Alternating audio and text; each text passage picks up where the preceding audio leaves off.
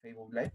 Vamos a tocar el día de hoy un tema muy bonito, un tema en el cual nos va a ayudar a poder determinar ciertos patrones de comportamiento que van asociados a la criminalidad, ciertos patrones de comportamiento que debemos de tener en cuenta cuando nosotros evaluemos un tipo de caso, ya sea como psicólogos o ya sea como abogados. Yo me imagino que tú como abogado que trabajes en el Estado, Ministerio Público o el Ministerio de la Mujer, siempre tienden ahí al sujeto activo del delito, ¿no? Para poder ejecutar este procedimiento. Y de cierto modo la otra parte a veces pide, ¿no? La evaluación psicológica a los presuntos sujetos activos del delito, ya sea cualquier tipo de delito, violación, violencia, pedimos que se realice eso. Entonces, para esto nosotros debemos de tener en consideración dos puntos importantes. Por un lado, lo que es la criminalidad como tal, analizar ciertos comportamientos que están asociados a conductas criminales, ciertos comportamientos que nos van a dar una explicación al por qué esta persona cometió este delito, por qué esta persona generó este tipo de comportamiento. Eso es lo que nosotros vamos a hacer el día de hoy y asimismo vamos a tener en cuenta, según las estadísticas, cómo es que nuestra criminalidad se ha venido dando y se está dando en aumento. ¿Qué pasa? Y vemos, ¿no? Nuestro código penal y la, el incremento de penas como tal. Al 2018 teníamos, si no me equivoco, el delito de feminicidio, en 15 años de pena privativa de libertad, se cambió a 20 años. Y yo te pregunto, la pregunta es lo siguiente, ¿disminuyó la criminalidad? ¿Qué pasa por la mente del criminal? Que no tiene miedo de estar 20 años preso, por eso es que mata, abusa y muchas veces hasta descuartiza el cuerpo de la mujer. ¿Qué pasa por la cabeza de ellos? ¿Ya no tienen miedo a estar presos? ¿O ya es que como han estado presos anteriormente, ya saben cómo es estar presos? O sea, hay diversas interrogantes que se vienen a enmarcar, diversas interrogantes que empiezan a aparecer dentro de, ¿no? Escuchaba a muchos juristas, uno de ellos a mi gran amigo, maestro y mentor, Alonso Peña Cabrera Freire, que si nosotros queremos tener una reducción de la criminalidad, esto no se va a poder ejecutar desde el punto penal, o sea, desde el Código Penal no se puede esto. ¿Por qué? Porque nosotros necesitamos una intervención a estos problemas, necesitamos una intervención a todo lo que se esté dando y para los menores de edad necesitamos la prevención, esta prevención del delito que se da desde el punto político criminal para poder no padecer después con los altos índices de criminalidad que vienen apareciendo, que se vienen dando. Aparentemente este problema de pandemia que nosotros teníamos iba a disminuir la criminalidad, pero sin embargo yo te pregunto, ¿fue así? ¿Se disminuyó la criminalidad o sigue en aumento? Esto del estar encerrados todos con nuestras, ya sea familias, parejas, hijos o simplemente solo, quizás te agarró solo, eh, ha sido motivo para disminuir la violencia contra las mujeres y los integrantes del grupo familiar, o aún así esto se ha venido dando. Entonces, la pregunta está, por qué sucede esto? ¿Qué medio, qué motiva a una persona a poder generar este tipo de comportamientos? ¿Qué motiva a una persona a poder tener estas características como tal para poder infligir dolor, para poder infligir sufrimiento, para poder infringir ese sometimiento a su víctima como tal? Y cuando hablo de víctima, no estoy refiriéndome necesariamente a las mujeres, también hay mujeres que son violentas, que generan violencia al varón. Entonces, la violencia como tal no discrimina sexo, género, no discrimina como tal, sino que es que nosotros ya a veces cuando hablamos de víctima automáticamente etiquetamos, ¿no? Ah, es una mujer, pues cuando hablamos de agresor, tiene que ser un hombre, ¿no? Claro, es que en estadísticas estos son los grupos que mayormente, en caso de mujeres, son víctimas y en el caso de los varones son agresores, pero no significa que todos los varones sean agresores, eso sería una falacia, una mentira, es más, sería hasta un pensamiento distorsionado sobre generalización, generalizar de que todos los hombres son violentos es una falacia, no existe, no es científico eso, no podríamos incluso acreditar, hay hay mujeres que son más violentas que los hombres. Pero bueno, eso no es el tema de hoy, sino el tema de hoy es poder abarcar desde un punto científico, desde un punto analítico estos comportamientos. Doctora Jenny Lobón, qué gusto tenerla conectada por Facebook Live. Muchas gracias por estar. Noemí Marzano, muy buenas noches. Gracias por conectarte. Vamos a tener el día de hoy un derroche de conocimientos. Vamos a ver las estadísticas y vamos a ver cómo es que se van desarrollando estos tipos de comportamientos, también denominados en el plano psicológico, psicopatologías como tal, porque ojo, no es normal que un tipo agarre y empiece a quitarte la cartera, tu celular, la billetera en plena calle, que se suba a tu carro, saque un arma y te apunte, te diga entre palabras sueces y se apropie de tu, valga la redundancia, de tu propiedad, de tus objetos y se vaya. No es normal. No es normal que una mujer agarre y se deje golpear por un hombre. No es normal que una mujer y diga, no, es que yo lo amo y que él no quiso que quisiera eso, por eso me pegó. No se puede justificar la violencia por ninguna de las dos partes. Es imposible hacer eso. Yasmín Calderón, qué gusto, muchas gracias. Desde Huancayo nos ve Yasmín, muchas gracias por conectarte. Entonces, no podríamos justificar, entonces podríamos decir, estas personas son normales, estas personas están dentro de un plano normal. Por supuesto que no, ya aquí ya se empieza a generar ciertas patologías, o bueno, psicopatologías como tal. Permítame, buenas noches, doctor Ramos, y a todos. Doctora Fortunato, muy buenas noches. Qué gusto tenerlo. Gracias por estar presente. Entonces, todo comportamiento que está fuera de una línea aparente normal, vamos a llamar pues que tiene una distorsión. Existe una psicopatología al momento de poder generar esto. Vuelvo a repetir, no es normal que alguien ingrese a tu casa y se lleve tus cosas. No es normal que una persona planifique, premedite y tiende a poder violentar sexualmente a una menor de 6 años, 8 años, 10 años, es más, 20 años o ya sea una persona adulta. O sea, no es normal estos comportamientos. Para esto se ve y se mide la tasa de criminalidad, cómo van nuestras estadísticas en relación a estos apartados, a estos problemas que se viene generando, que se viene dando dentro de un punto político criminal o político criminológico, como quiera denominarlo. No solo interviene las ciencias penales, para esto necesitamos a muchas ciencias si queremos dar una intervención objetiva, precisa, que tengan resultados. Pero lastimosamente, las intervenciones que está dando nuestro Estado no tienen resultados.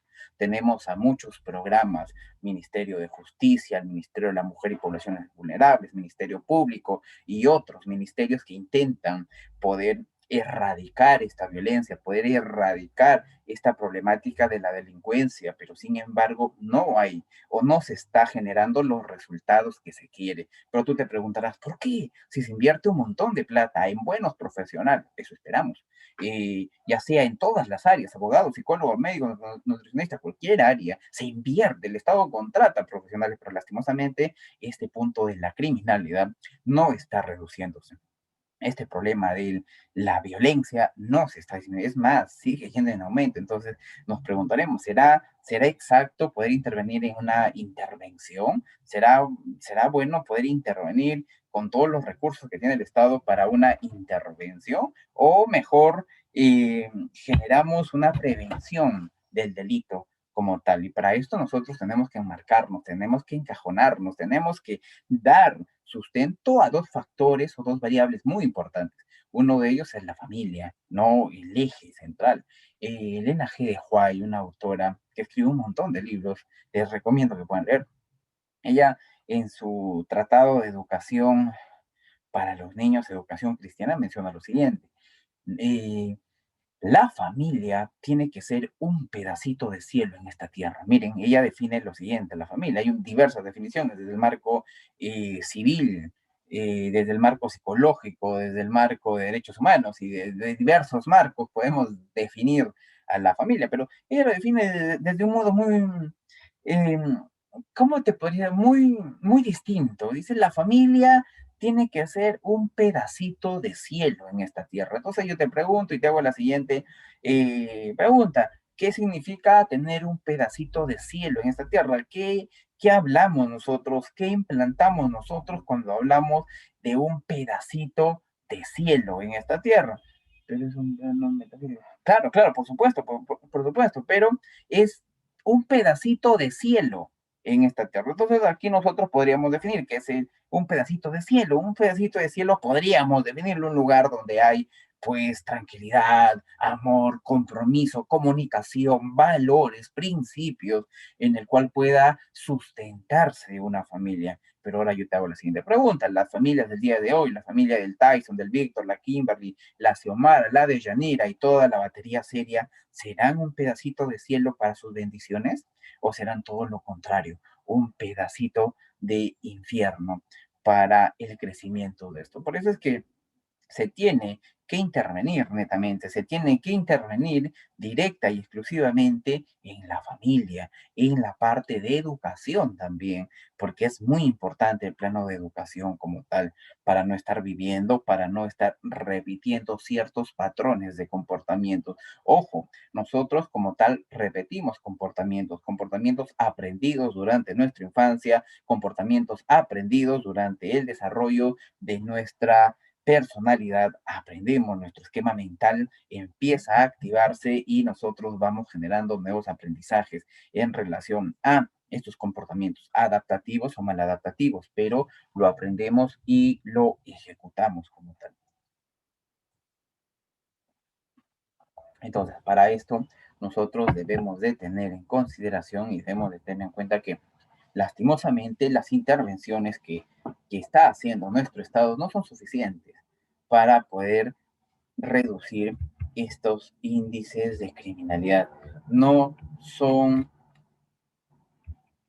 no, no sé si podría llamarlos eficaces o no, pero no están dando las medidas o no están dando los resultados que nosotros queremos, que es el hecho de poder disminuir la criminalidad, el hecho de poder disminuir, el hecho de poder resociabilizar posiblemente a un delincuente, a aquella persona que ha robado, que ha generado un secuestro, que es sicario, una resociabilización. Y la pregunta sería lo siguiente, una persona se podrá resociabilizar, una persona, entre comillas o coloquialmente, podrá curarse de la enfermedad psicológica que pueda tener. Esto es muy complejo en realidad. Sería una falacia, sería una mentira afirmarte de que ninguna persona no cambia, ¿no? Eso es una mentira. O decirte que todos cambian, también sería una mentira. El ser humano o el estudio del comportamiento del ser humano es tan complejo, el estudio de las conductas, emociones y pensamientos es único porque la personalidad es una unidad biopsicosocial única, dinámica y continua en el tiempo, que va a caracterizar a un ser humano. Entonces, yo no podría generar una misma evaluación a la otra persona. Por ejemplo, si evalúo a Rodrigo, no, Rodrigo me evidenciará ciertos comportamientos que quizás Edgar no tenga o Mario tampoco. Entonces, a esto nosotros nos basamos en el plano psicológico. Si tú me dices, doctor, un delincuente se resociabiliza, un delincuente cambia, posiblemente sí, posiblemente no. Existen diversas variables que van a influir en esto como tal. Muchos de ellos es el factor endógeno, otro de ellos el factor exógeno, otro de ellos el factor social. Hay muchos factores que van a predisponer a una persona, ya sea para su cambio. Yo te puedo decir personalmente, te puedo hablar de que sí he conocido a personas que han estado presas por delitos como robo, sicariato, que en la actualidad ya no lo hacen, que en la actualidad sentaron cabeza, ya sea por la edad que tienen, porque ya son grandes, 40, 50 años, o ya sea porque ya tienen una familia, o ya sea porque tienen una responsabilidad, o ya sea porque se entregaron a Dios, no lo sé, pero ya hay ese cambio. Como también te puedo asegurar de que tengo amigos que ya han delinquido y otra vez vuelven a hacerlo y vuelven a hacerlo. Y me dicen, es que, Doc, mejor vivo adentro que afuera, pues. Adentro tengo todo tranquilo, estamos en el barrio, no hay problema. Entonces, sería una falacia o mentira mencionar de que eh, se pueda generar un cambio al 100%. Esto depende mucho de la persona y aquí ingresa un área de la psicología muy importante, que es la psicología penitenciaria, aquellos psicólogos penitenciarios especialistas en la reeducación, en el tratamiento y evaluación de personas que han cometido delitos. Y ellos son los encargados de poder generar este cambio. Ellos son los encargados de poder generar esta intervención a estas personas, que no es fácil. No es fácil trabajar con una persona que ha cometido un delito, no es fácil por sus propias conductas antisociales que tiene, por sus propios antecedentes o distorsiones que estos puedan tener. No es fácil trabajar con ellos. Por eso que el trabajo penitenciario es único. El trabajo penitenciario, no toda persona, desde los perfiles que tenemos o conocemos, podría trabajar en un ámbito penitenciario porque se requiere fuerza. Muchas de las personas que han trabajado dentro de los sistemas penitenciarios, lastimosamente generaban contratransferencia. Es una, o muchos reos generaban una transferencia. ¿Qué es una transferencia o una contratransferencia? Cuando hago referencia a una transferencia, existe positivo y negativo. Cuando hago referencia al positivo, transferencia, es cuando tu paciente o evaluado ve características únicas en ti y genera ese apego, genera esa necesidad de estar contigo. Y va a terapia, va a sesión, no por querer sentirse mejor, sino por querer verte a ti, observarte y escucharte a ti. Entonces empieza a distorsionar el eje de la evaluación. Entonces tú vas a ver ahí a un paciente, a un cliente o a un reo educado, estar ahí, atento, te hace caso en todo, pero de por medio sus intenciones es por que ya sea que se enamoró de ti o ya sea simplemente porque le hace sentir tan bien porque nunca le han escuchado en la vida y tú eres la persona que le está escuchando y es más, le da consejos y motivaciones. Contratransferencia positiva. Contratransferencia negativa es cuando no te pasa. Tu paciente, cliente, te ve y le recuerdas a alguien negativo en su vida y te genera aversión, te genera como que ese recelo, te genera como que ese rechazo al momento de poder enmarcar o ejecutar algún tipo de intervención. Por el otro lado, tenemos a la contratransferencia. Cuando yo hago referencia a la contratransferencia, esto sucede de profesional a paciente o cliente o arreo, llamémoslo así, ¿no? En estos casos, pues, podemos observar mucho, sí se ha visto, por lo menos yo conozco algunos casos, en el cual muchos profesionales que trabajan dentro de los centros penitenciarios terminan en una, ya sea relación pasajera, amorosa, o, bueno, estable, no podría decirlo, pero sí terminan teniendo algo muchas veces con el reo. Tenemos una contratransferencia positiva, ¿no? Y el reo, con todas las manipulaciones o características de manipulación que este pueda tener, empieza, pues, de cierto modo, a meterse, a poder ganar cierto espacio para que pueda tener mejor trato dentro de. Pero bueno, ese es el sistema penitenciario como tal. Yo no tengo experiencia en el sistema penitenciario, no te podría decir cómo se hace un plan de intervención, tratamiento, evaluación. No, eso se genera el propio especialista, un psicólogo penitenciario que ha trabajado en el INPE, el Lurigancho, Castro Castro o en algún tipo de penal dentro de nuestro querido Perú. Ellos son los especialistas. Yo siempre digo, no es bueno ser todista, cada uno zapatero a su zapato. En psicología hay diversas áreas, hay diversas especialidades, desde clínica, educativa, organizacional, forense, hasta ya muchas más especializadas, ¿no? Bueno, en realidad todas son especializadas, por eso le llamo especialistas. Pero cuando generamos el todismo, muchas veces no abarcamos mucho. Entonces, volviendo al tema, volviendo a lo que nosotros vamos a encajonar el día de hoy, volviendo a lo que nosotros vamos a enmarcar, les mencionaba que vamos a ver ciertos comportamientos que están en diversos delitos como tal. ¿Y cómo es que se evalúa? ¿Cómo es que desde el plano psicológico nosotros damos una mirada a esta problemática como tal? Vuelvo a repetir, esto es un problema político-criminal que lastimosamente hasta el día de hoy no se, no se ha tenido buenos resultados, a pesar de todas las intervenciones, a pesar de todos los programas que puede existir, la criminalidad sigue y va a seguir existiendo hasta que la humanidad se extinga como tal, ¿no? Porque es parte de nosotros muchas veces el hecho de poder agredir o violentar a alguien, ya sea de una manera pasiva o activa, ya sea de una manera de querer defendernos o poder herir a alguien. Entonces, hay muchas variables como tal. Pero bueno, vamos después de esta pequeña introducción, vamos a analizar netamente ciertas psicopatologías, como les había mencionado. ¿Para qué?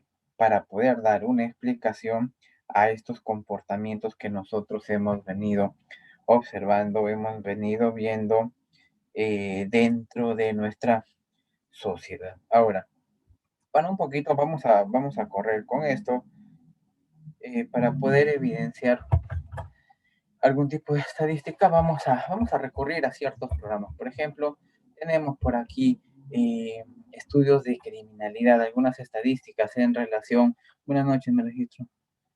Ya, Florcita, muy buenas noches. Vamos a recorrer algunas estadísticas como tal. Miren, cómo el tráfico ilícito de drogas, que es común, pero muchas veces no se toca en la parte psicológica, cómo es poder determinar un perfil de una persona narcotraficante, por ejemplo, ¿no?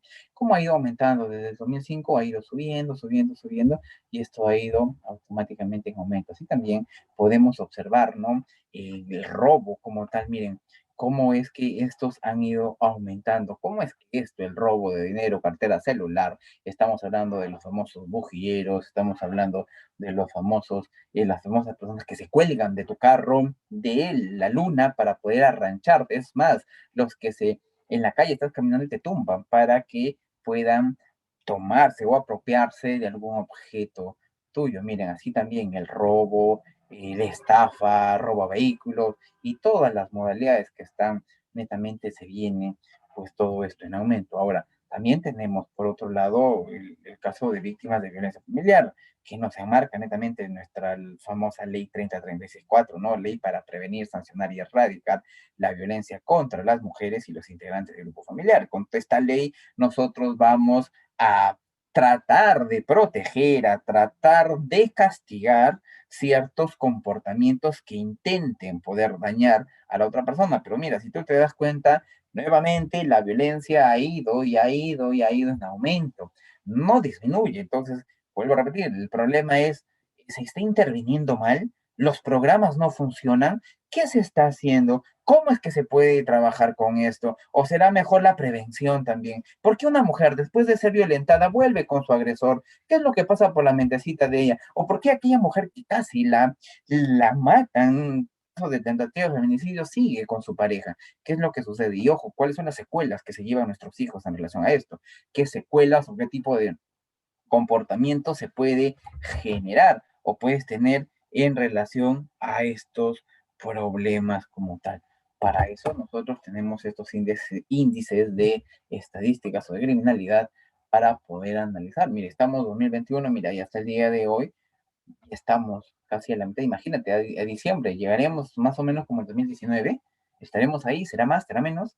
Esto es una disyuntiva que tenemos nosotros que analizar. Ojo, la violencia no solo lo vamos a intervenir desde un código penal, desde una ley. Esto tenemos que prevenir desde tu casa, desde tu crianza, la crianza que le das a tu hijo, a tu hija, esa crianza que se le da a los menores de edad como tal de hoy en día. Muchos padres hoy por hoy se volvieron muy permisivos y generan una dinámica o estilo de crianza permisiva.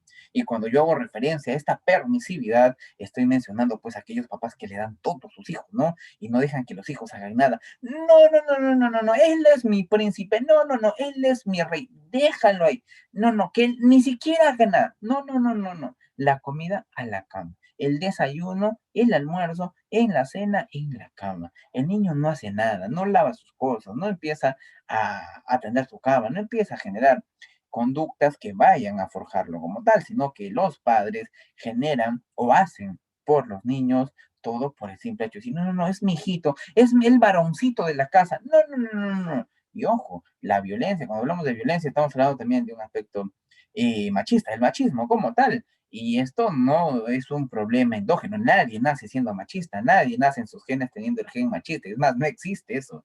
El machismo netamente es un problema cultural, es un problema ambiental que se va generando desde eh, etapas y etapas y hasta el día de hoy no desaparece. Tenemos incluso a las microviolencias que automáticamente o simplemente no nos damos cuenta. ¿Y cómo se genera esta problemática de machismo? Por ejemplo, yo no sé, pero yo sí he escuchado y muchas veces me lo han dicho cuando yo era niño, que es una falacia, es una mentira que nos meten en la cabeza, pero nos dicen, no, no, párate, los hombres no lloran, pareces mujercita hoy, parece.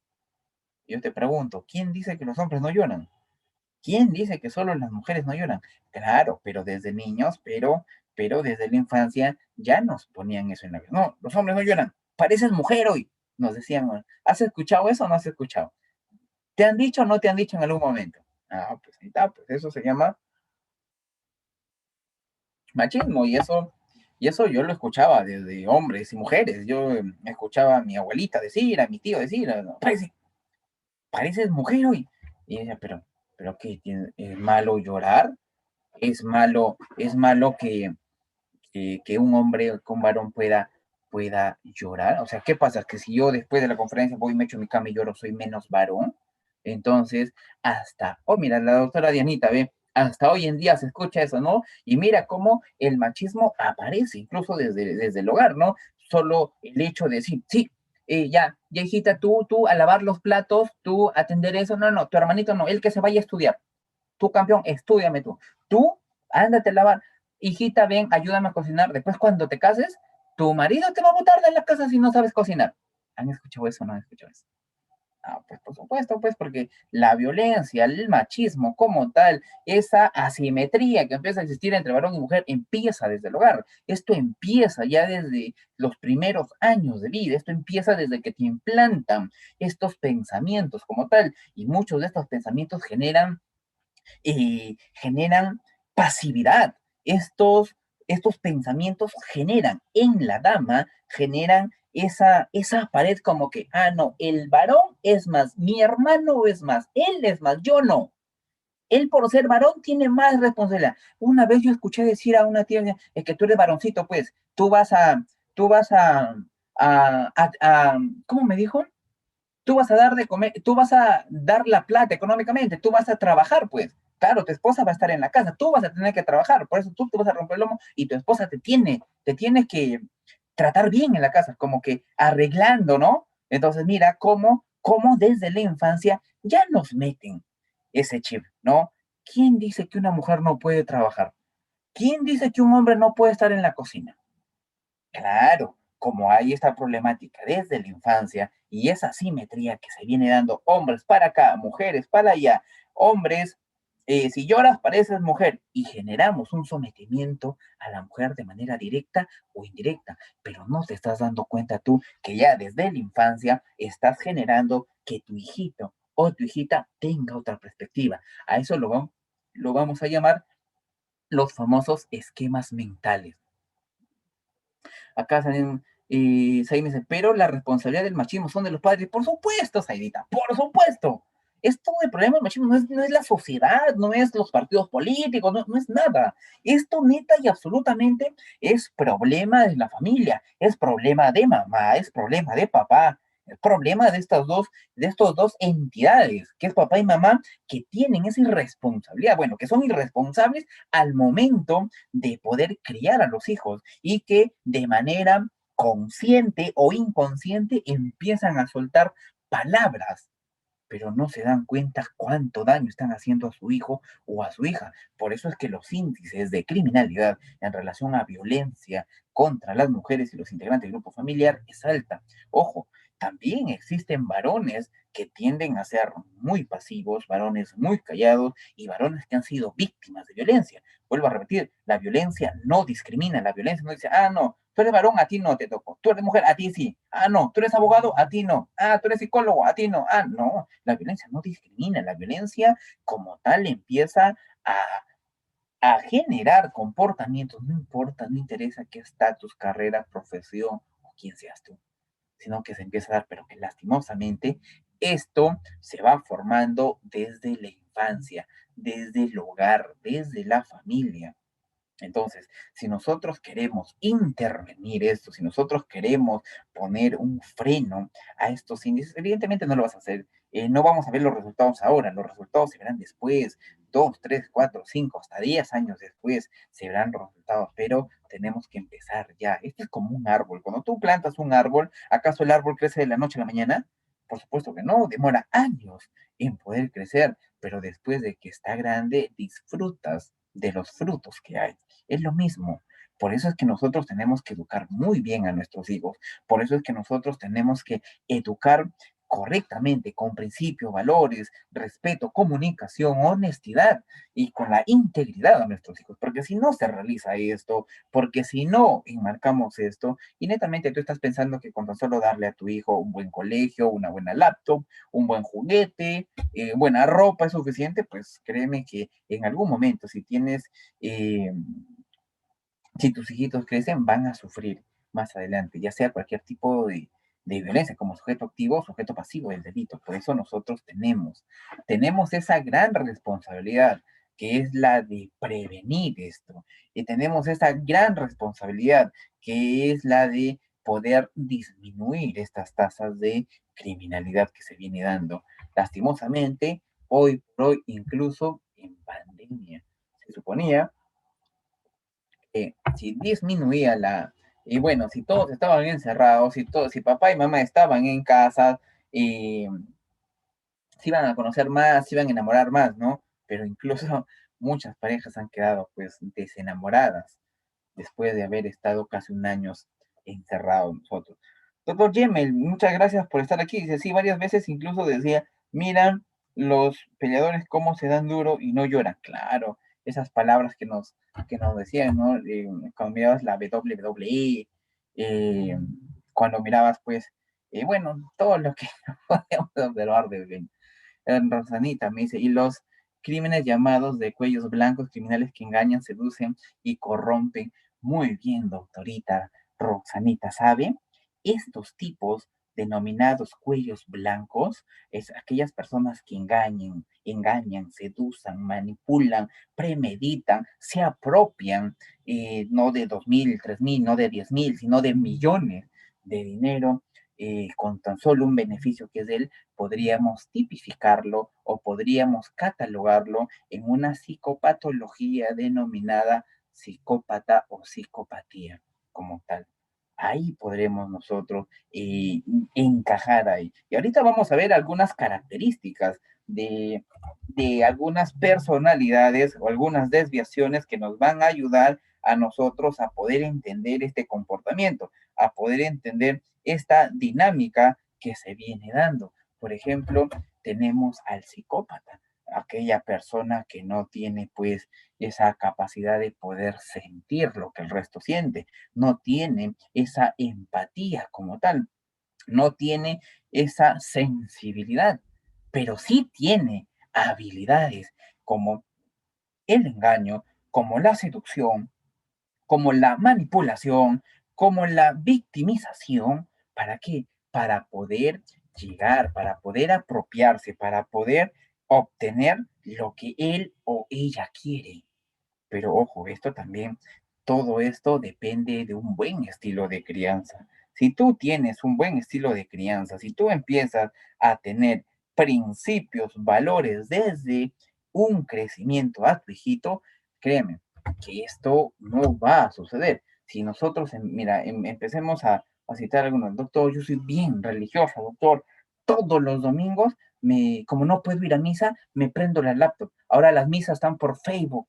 Allí agarro y busco al pastor, al cura, no sé, y estoy viendo.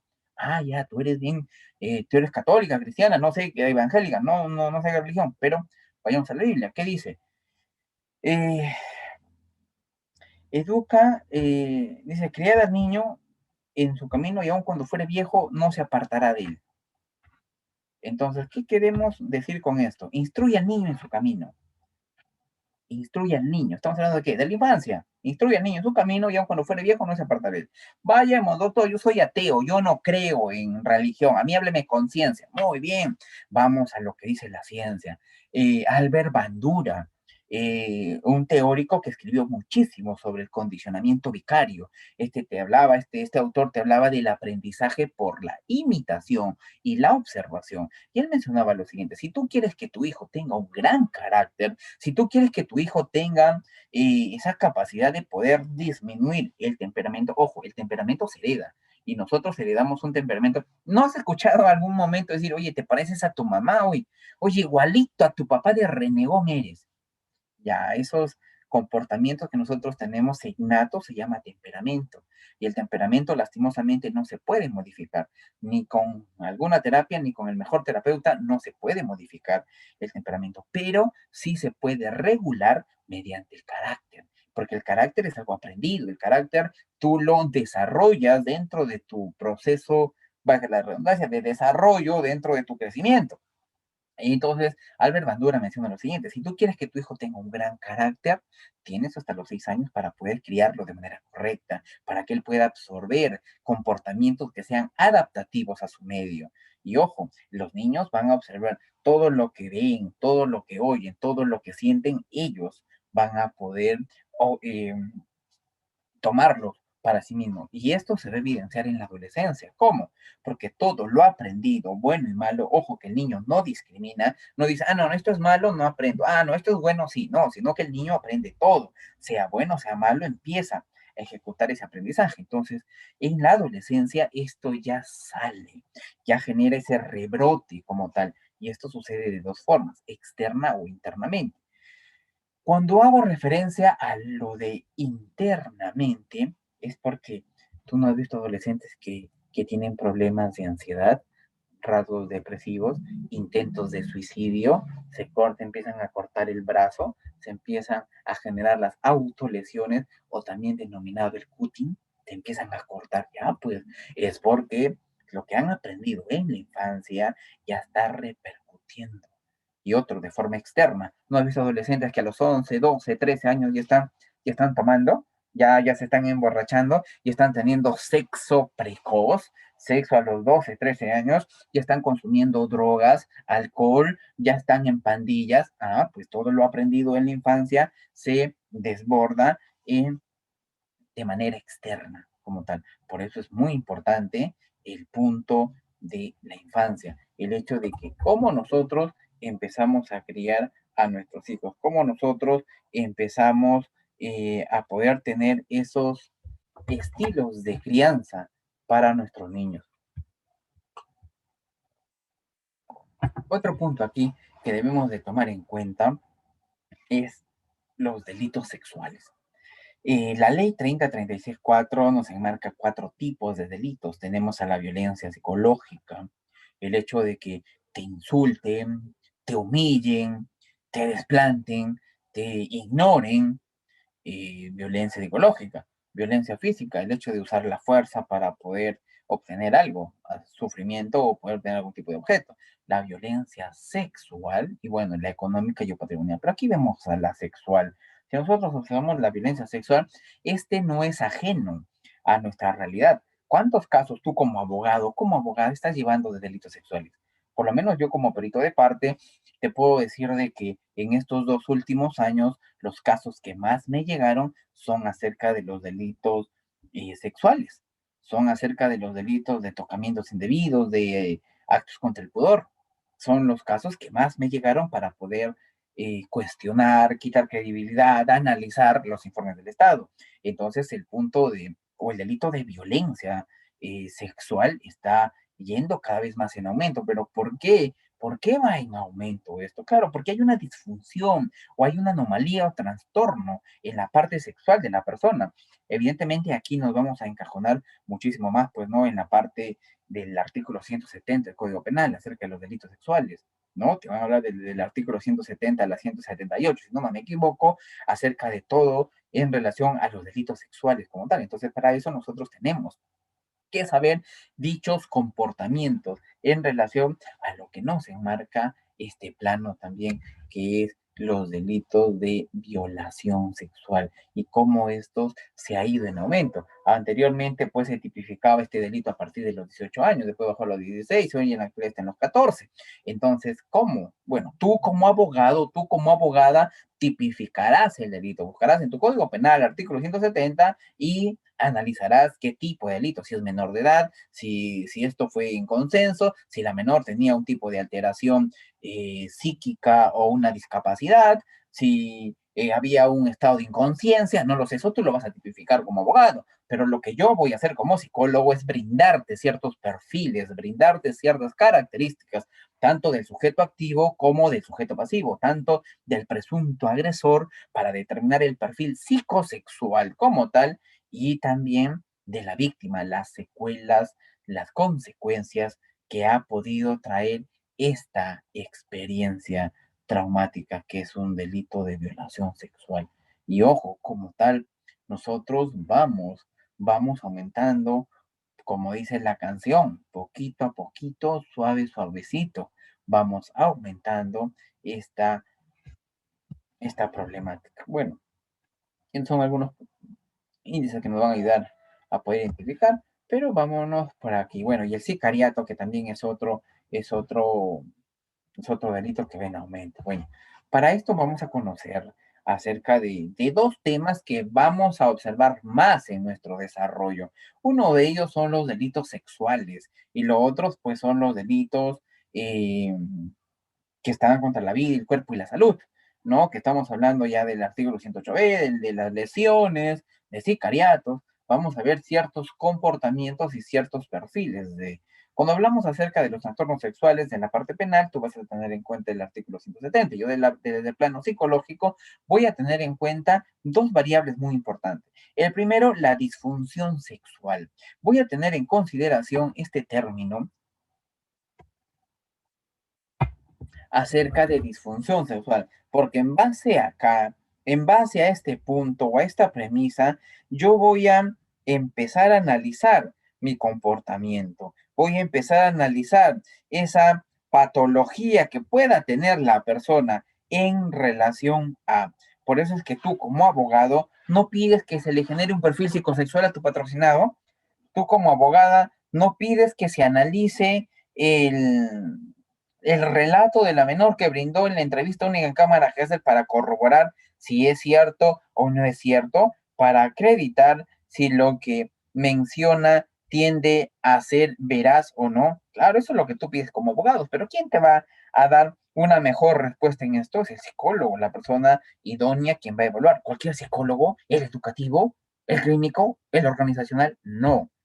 eh, el psicólogo que va a generar este trabajo es el psicólogo forense, aquel psicólogo que ha estado, pues, bueno, o tiene conocimientos en relación a lo que nosotros enmarcamos a lo que son los perfiles criminológicos o perfiles criminales de personas que han infringido la ley.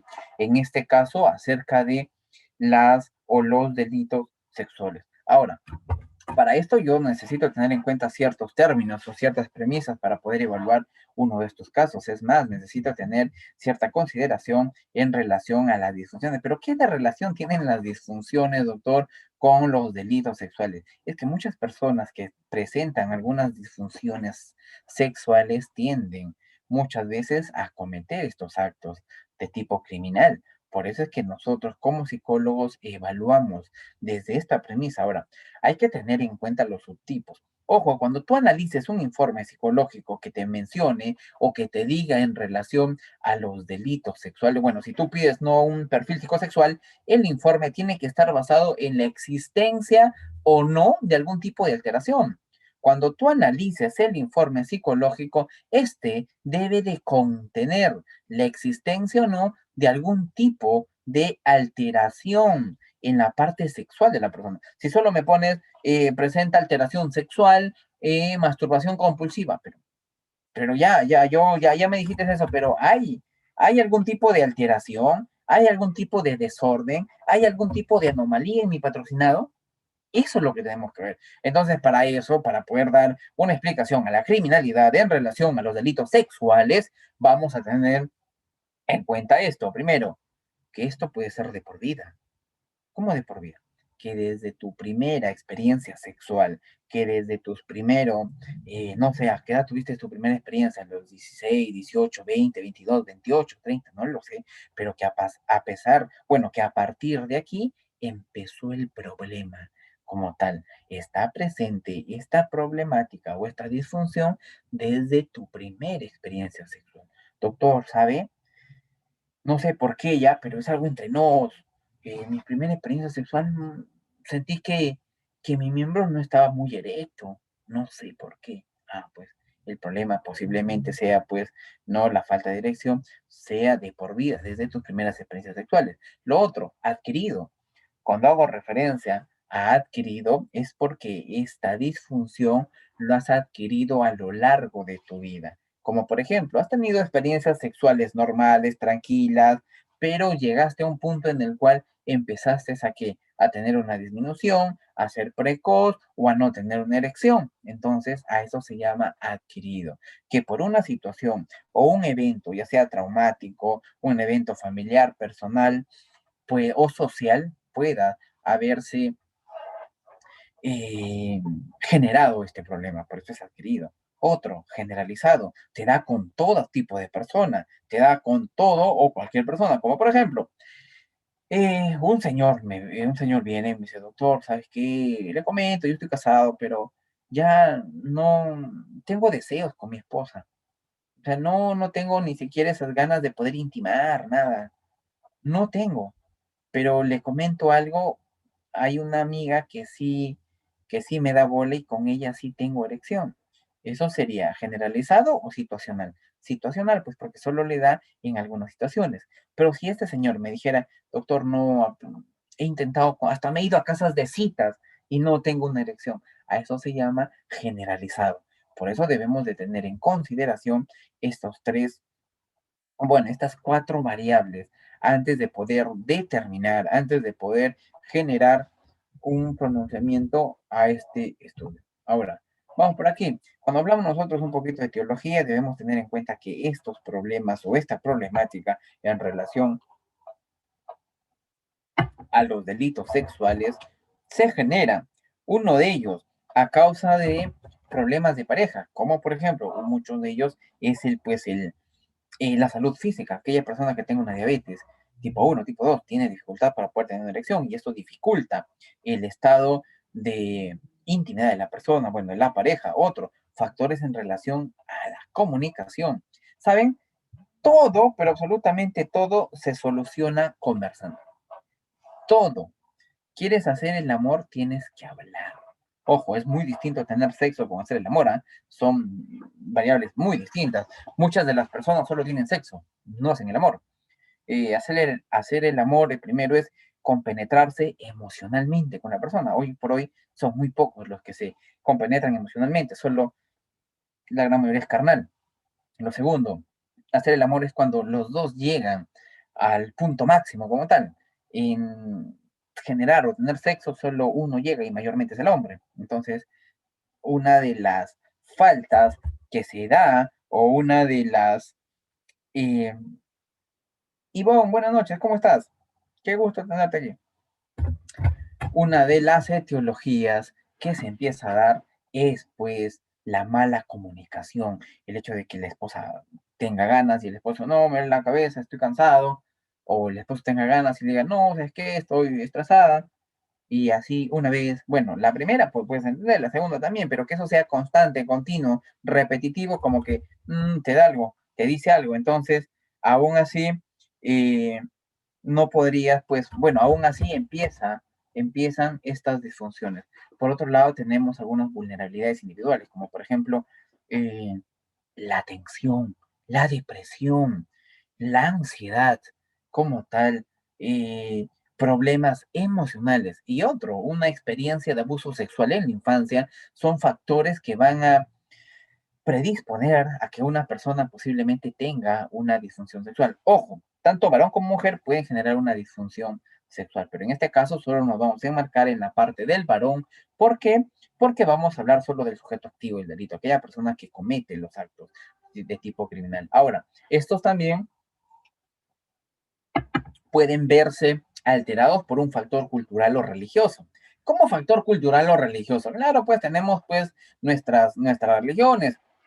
Muchos de nosotros o muchas personas están derivadas o están, sus pensamientos lo llevan a un punto religioso, las cosas que se pueden o se puede hacer, o también culturales. Recuerda que eh, Perú tan hermoso tiene pues nuestras tres regiones, costa y sierra y selva, en el cual el comportamiento de cada uno de ellos es muy distinto, en el cual el comportamiento de cada uno de ellos tiende a ser muy distinto y diferente en todos los aspectos. Una persona de la selva se comporta muy diferente de una persona de la costa o de la sierra, como tal. Entonces, estos factores culturales también pueden tener un valor, pueden tener un punto en el cual puede haberse alterado la parte sexual de una persona. Entonces, para esto empecemos con el primero. Hablamos de una eyaculación retardada. Esto lo encontramos en el F52 dentro de... Ustedes como abogados tienen su código penal.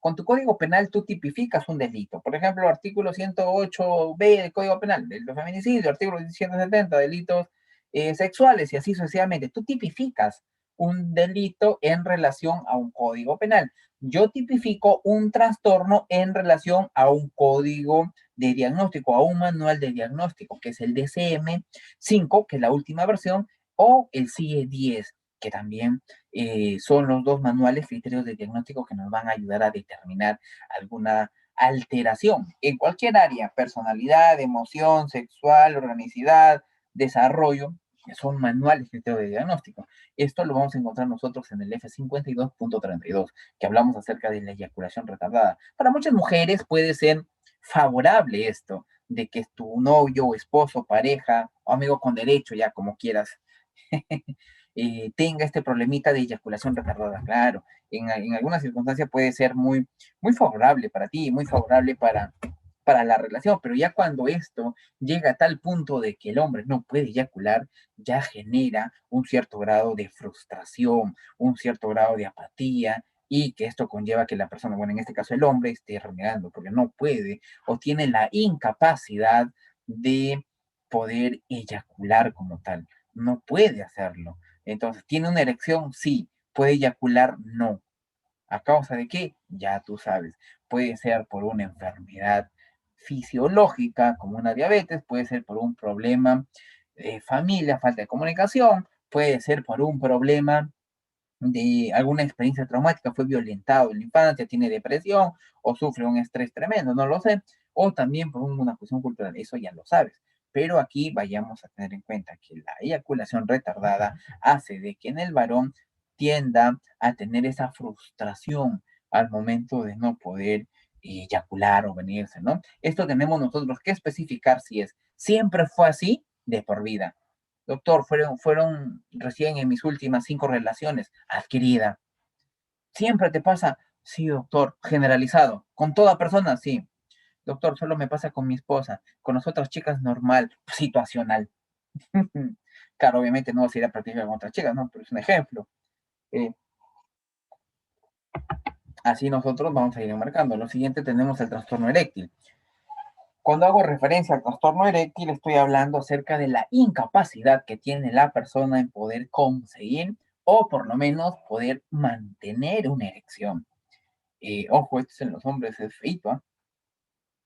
Eh, Tenemos que tener aquí en consideración de que muchas veces esto va a suceder o frecuentemente sucede por un problema emocional, pérdida de empleo, depresión, estrés, y el hombre, el varón, no puede experimentar, o si lo hace a medias, tiene una erección a medias. Ojo, para poder diagnosticar todo lo que estamos hablando el día de hoy, se requiere de como mínimo 6 meses para que la persona sea diagnosticada como tal de cualquier trastorno que éste pueda tener. Entonces, otra característica es, pues, no, el trastorno eréctil, que es la incapacidad que tiene el varón de poder conseguir una erección. Y esto te genera muchos problemas. Imagínate tú que tu esposa esté en todo, tu pareja esté en todo su esplendor como tal, esté en la flor de su juventud y quiera, pues, tener un acto sexual, un acto en el cual pierda los papeles ella y quiere entregarse a ti de cuerpo y alma, pero tú tienes esta dificultad. Imagínate cómo quedará ella o cómo es la reacción de ella. Claro, al comienzo te va a entender, te va a decir, mi amor, no importa, ya mañana será, pero mañana te dirá, para mañana será, y mañana, y va a llegar un momento en donde decir, bueno, ya es hora de cambiar, ¿no? Siguiente, tenemos al trastorno del deseo sexual hipoactivo en el varón. Cuando yo hago referencia a este trastorno, es la incapacidad que tiene la persona por poder pensar, tener fantasías y excitarse. O sea, no tiene ese grado de excitabilidad para poder cometer el delito, no, para poder cometer este acto, para poder realizar este acto. No tiene esos deseos. Sus deseos son mínimos. Y ojo, nos tenemos que ver siempre fue así, o sea, desde su primera experiencia nunca le interesó la parte sexual o lo adquirió en el camino. Puede ser porque ya se cansó, ya experimentó muchas veces y ahora ya pues ya no le interesa. ¿Fue generalizado? ¿Le pasa en todas las situaciones o solo con su esposa? Un señor me dice, doctor, ¿sabes? Yo a mi esposa no le tengo ganas. Mi esposa se compra baby doll, me baila, hace de todo, doctor, de todo, pero no sé. Pero últimamente, doctor, con la chica de mi trabajo, ni bien me habla, yo ya estoy ahí. Y de la nada, ¡fum!, genera una erección. Ah, pues entonces eso sería situacional. Ahora, también tenemos a este otro problemita, la eyaculación prematura. Cuando hago referencia a esto, ojo, es bien feíto esto en los varones, ¿ah? Esto, de todas las variables que puedan haber para que una persona pueda presentar esto, hay dos importantes. Uno, la masturbación compulsiva. Aquella persona, varón, que se masturba compulsivamente a cada momento o tiende a generar frecuentemente una masturbación, ¿cuál es el objetivo de la masturbación?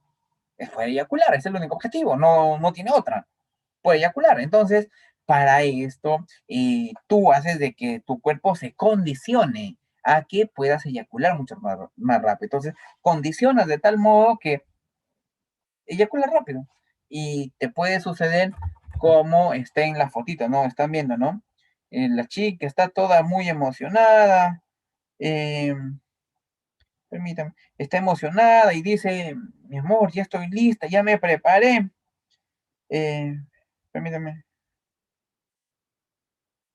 permítame. Mi amor, ya estoy preparada, ya estoy aquí. Empieza. Y el chico, mi amor, pues ya acabé ya. Y eso se ve vergonzoso, ¿ah? Eso no es bonito. Así que, por favor, caballeros, por favor, tengan en cuenta lo siguiente. Una de las consecuencias es la masturbación compulsiva.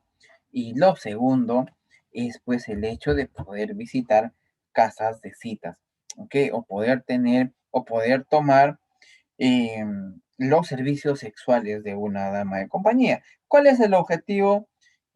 ¿Cuál es el objetivo de una dama de compañía? Absolutamente es hacerte llegar súper rápido para que ella, mientras más clientes, más gana. Así que te condiciona nuevamente la parte sexual para que tú puedas poder eyacular súper rápido. Permítame. Siguiente. Hasta ahí nosotros hemos visto lo que es disfunciones sexuales. Cuando yo hago referencia a esto, es la incapacidad que tiene la persona en poder desarrollarse en el plano sexual. Vayamos al otro lado. Tenemos a las parafilias. ¿Por qué enmarco esto? Porque en el punto de la criminalidad, en el cual nosotros hemos cogido dos puntos primordiales que están relacionados. Uno, a los delitos de la vida y cuerpo y la salud, que son pues la violencia en general. Y por otro lado, tenemos pues aquí a los delitos sexuales, que es lo que más vamos a observar nosotros, que es lo que más hace de que un abogado penalista pueda intervenir en esta problemática. Con todos los casos que existen, con todas las situaciones que se dan, nosotros tenemos que analizar si realmente los hechos pasaron. Bueno, al final el magistrado dará pues no su última palabra entre si es víctima o no, si es agresor o no, pero a nosotros nos compete, a mí por lo menos como psicólogo y a todos los psicólogos que somos parte del proceso, determinar con objetividad, determinar con ciencia y determinar artísticamente ciertos comportamientos y en casos de delitos sexuales, como estamos viendo, la existencia o no de algún tipo de alteración a nivel sexual y alguna disfunción que pueda tener. Y para esto hablamos de los trastornos parafílicos. Si están acusando a mi patrocinado de haber violentado sexualmente a una menor de 6 años, pues obviamente este tiene que tener un rasgos característicos o alguna patología denominada pedofilia. Y si eso no está en el perfil psicosexual que le han generado a mi patrocinado y dicen que solo tiene estresor sexual o compulsiones sexuales, que con eso no me es suficiente para acreditar la anomalía de mi patrocinado, por supuesto que no. Por eso nosotros debemos de analizar estos comportamientos o por lo menos saber qué tipos de trastorno existen. Tú como abogado obviamente no vas a poder cuestionar pues el informe, porque hay un dicho que dice, perito cuestiona perito. Ya, si bien es cierto, no vas a poder cuestionar, pero sí vas a poder generarle preguntas. Ahí viene pues el famoso interrogatorio y contrainterrogatorio que tú vas a generar. No me vas a llamar solo a audiencia para decirme, no, cuáles son tus años de experiencia y tu grado. Después, chao. No, tú tienes que preguntarme cómo yo es que llegué a la conclusión de que solo tiene alteraciones en la parte sexual. La pregunta es, ¿qué tipo de alteraciones?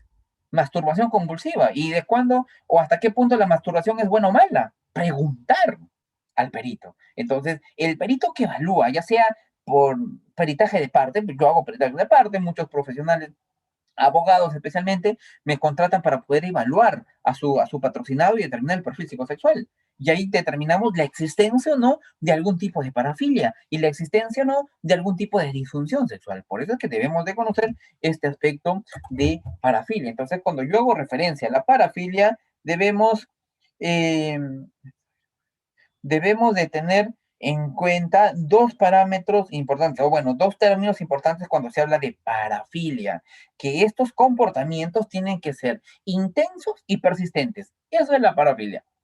Cuando yo hablo de parafilia son esos comportamientos intensos y persistentes. Cualquier comportamiento, no, comportamientos sexuales, pues, comportamientos sexuales que van a generar una estimulación, ya sea por la vía genital, ya sea por alguna otra parte de nuestro cuerpo, estamos hablando de algún tipo de fetiche, pero que va a generar muchas veces, muchas veces algún tipo de alteración dentro de su desarrollo. Para esto, por ejemplo, vamos a dividirnos o vamos a clasificarlos. Tenemos por un lado los trastornos del cortejo y por el otro lado tenemos a los trastornos algolásmicos. Cuando hago referencia a los trastornos del cortejo, estoy hablando de ciertos trastornos sexuales, bueno, de trastornos parafílicos, mejor para que me puedas entender, trastornos parafílicos que tienden a que a tener ese cortejo, como por ejemplo el voyeurista, el exhibicionismo, el froteurismo, tienden a tener comportamientos distorsionados que parecen a cortejar a alguien. En cambio, cuando hablo de los trastornos algolágnicos, estoy refiriendo al sufrimiento y dolor. Una chica me escribe por Messenger y me dice lo siguiente: hola Víctor, ¿cómo estás? Oye, ¿puedo contarte algo en confianza entre nos? Digo, claro que sí, dime, ¿qué pasó? Le digo. Y me dice, eh, yo para poder llegar al orgasmo, para poder llegar y tener ese clima tremendo, o para tener multiorgasmos, ¿sabes? Lo que a mí me excita es de que mi pareja me agarre del cuello y empiece a golpearme. Y empiece a golpearme o a asfixiarme. Y eso a mí me excita. Me encanta mucho cuando me dice palabras sueces. Ah, pues ahí está el trastorno que masoquista. Un chico me dice, doctor, por favor, no sé si sea malo o bueno. ¿Qué oso? Es que cuando estoy en el acto sexual me gusta someter a mi pareja, amarrarla, obligarla, romperle la ropa. A eso estamos hablando de los trastornos sádicos sexuales. Entonces, mira, por un lado tenemos los trastornos del cortejo y por otro lado tenemos a los trastornos agnolágnicos. Ahora vamos a algunas diferencias como tal. Eh, Algunas diferencias anómalas. Por ejemplo, hay trastornos o parafilias que están orientadas a la persona. ¿Cómo orientadas a la persona? Por ejemplo, el trastorno de pedofilia, que están neta y exclusivamente orientadas a la persona. Y por otro lado, tenemos pues al fetiche, aquel trastorno que no está orientado exclusivamente a algún tipo de, no está orientado exclusivamente a algún tipo o alguna parte sexual, como por ejemplo el trasero, los senos, la vagina o el pene, no, sino están estos orientados a otro campo. Puede ser pues los pies, puede ser pues alguna fruta, puede, puede ser pues algún tipo de ropa. Están asociados a otro campo. O sea, eso se llama trastorno del fetichismo. Y por el último tenemos pues al travestismo. Ahora, para poder encajonar esto, para poder entender un poquito esto, Vamos por el primero, el voyeurista. Cuando yo hago referencia a un comportamiento voyeurista, este es las ganas, el deseo que tiene la persona por observar. Coloquialmente, es bien mirón, pues, pero no mira cualquier cosa. El voyeurista exclusivamente observa a personas desprevenidas que se están cambiando. Te estás en tu ventana y de la nada ves a tu vecina que se está cambiando al frente, ¿no? Estás ahí y ves, pues tu vecina está con brasier nomás y se está sacando su ventana abierta. ¿Tú qué haces? A ver, ¿qué hacen aquí los doctores? Hay que ser realistas, pues, a ver, hay que ver, ¿qué haces? ¿Sabes? Yo te apuesto que tú te quedas viendo. Te quedas viendo un ratito para ver cómo es que se va cambiando y todo esto. Ya, te quedas. Ya, lo que dice en la canción de Soda Stereo. Claro, claro. Uy, claro, no nos quedamos a mirar. Ya, muy bien. La primera vez vimos. Al día siguiente, igual tu vecina. Otra vez. Y tú vas y te quedas viendo, pero tu vecina no se da cuenta. Tú estás ahí observando, calladito. Y no se da cuenta tu vecina. Y así sucesivamente. Si estas conductas pasan más de 6 meses y tú empiezas a observar, es más, durante la observación tú empiezas a tocarte, a estimularte o a autoestimularte, a tocarte, a masturbarte, ten en consideración que puedes desarrollar un trastorno voyeurista. ¿Por qué? Porque estás observando sin que la otra persona se dé cuenta, estás teniendo ese comportamiento de poder observar actividad sexual, a una persona desnuda o desnudándose. Ojo, esto puede generarte problemas después, esto puede generarte comportamientos que puedan ser muy contraproducentes para ti, como por ejemplo, mira, una chica dice no, a su amiga que está trabajando, oye, ya regreso, voy al baño, y se va al baño, ¿no? Y el baño de su trabajo, pues hay una abertura en la parte superior, hay una abertura grande ahí, que si alguien sube puede observar.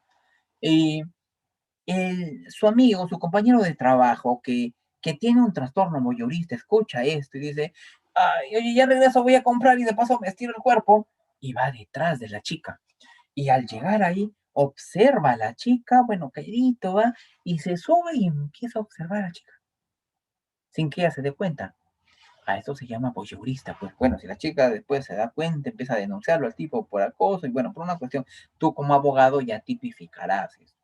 Yo como psicólogo te diré que la alteración que tiene la persona, vuelvo a repetir, uno de ellos lo llamamos trastorno voyeurista, que es ese comportamiento que la persona tiene por observar a personas haciendo el amor desnuda o desnudándose.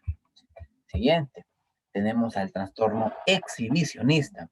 Cuando yo hago referencia al trastorno exhibicionista, pues es aquel trastorno que eh, a la persona le gusta el enseñar. ¿Enseñar qué? Sus partes genitales. Le gusta exponer la parte genital y eso le causa placer, excitación. Esto usualmente tú lo vas a ver en los micros, en los carros, en el metro. Esto sucedió aquí en la ciudad de Lima hace un par de años. Un chico se estaba masturbando en el carro. Otro se había bajado y estaba mostrando su pene tranquilamente y la chica del costado ahí eh, no sabiendo qué hacer, asustándose y no. Señorita, doctora, si te pasa alguna vez esto, si ves a un tipo que esté enseñando su miembro y está así, pues, no, que esto que el otro, y tú observas eso, no te asustes, no corras, no vayas a evadirlo porque lo estimulas. ¿Lo estimulas a qué? A que lo siga haciendo. ¿Sabes lo que tú tienes que hacer y cómo lo paras en guanta? ¿Qué? ¿Eso nomás? ¿Tan chiquito? Uy, he visto más grande. Uy, con eso lo matas. La parte sexual es una parte muy delicada en los varones. Ya hablaremos en algunas oportunidades. Siguiente trastorno. Tenemos al froteurismo. En los delitos en los delitos sexuales, en la parte tenemos, ¿no?, actos contra el pudor, como tal. No hay penetración, solo han habido tocamientos. El certificado médico legal no te podría ayudar de mucho, porque, bueno, podría decir, bueno, no hay defloramiento antiguo, no hay ningún tipo de lesiones, pero lo que te ayuda es el informe psicológico. Y como yo sé, ¿no? Yo al froteurismo yo lo llamo el rosauro, que se da como tal. Cuando hago referencia al froteurismo es ese deseo, excitación, ganas que tiene la persona por el solo hecho de rozar, friccionar, tocar, o pasar su miembro con el cuerpo de la otra persona.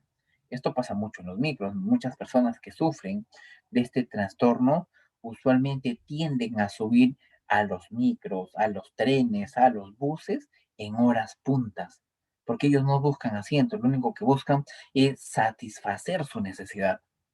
Por eso es que van en carros llenos. Pues si están carros llenos y te pones encima detrás de una chica y estás ahí, el jarro frena y tú lo haces agrede todavía.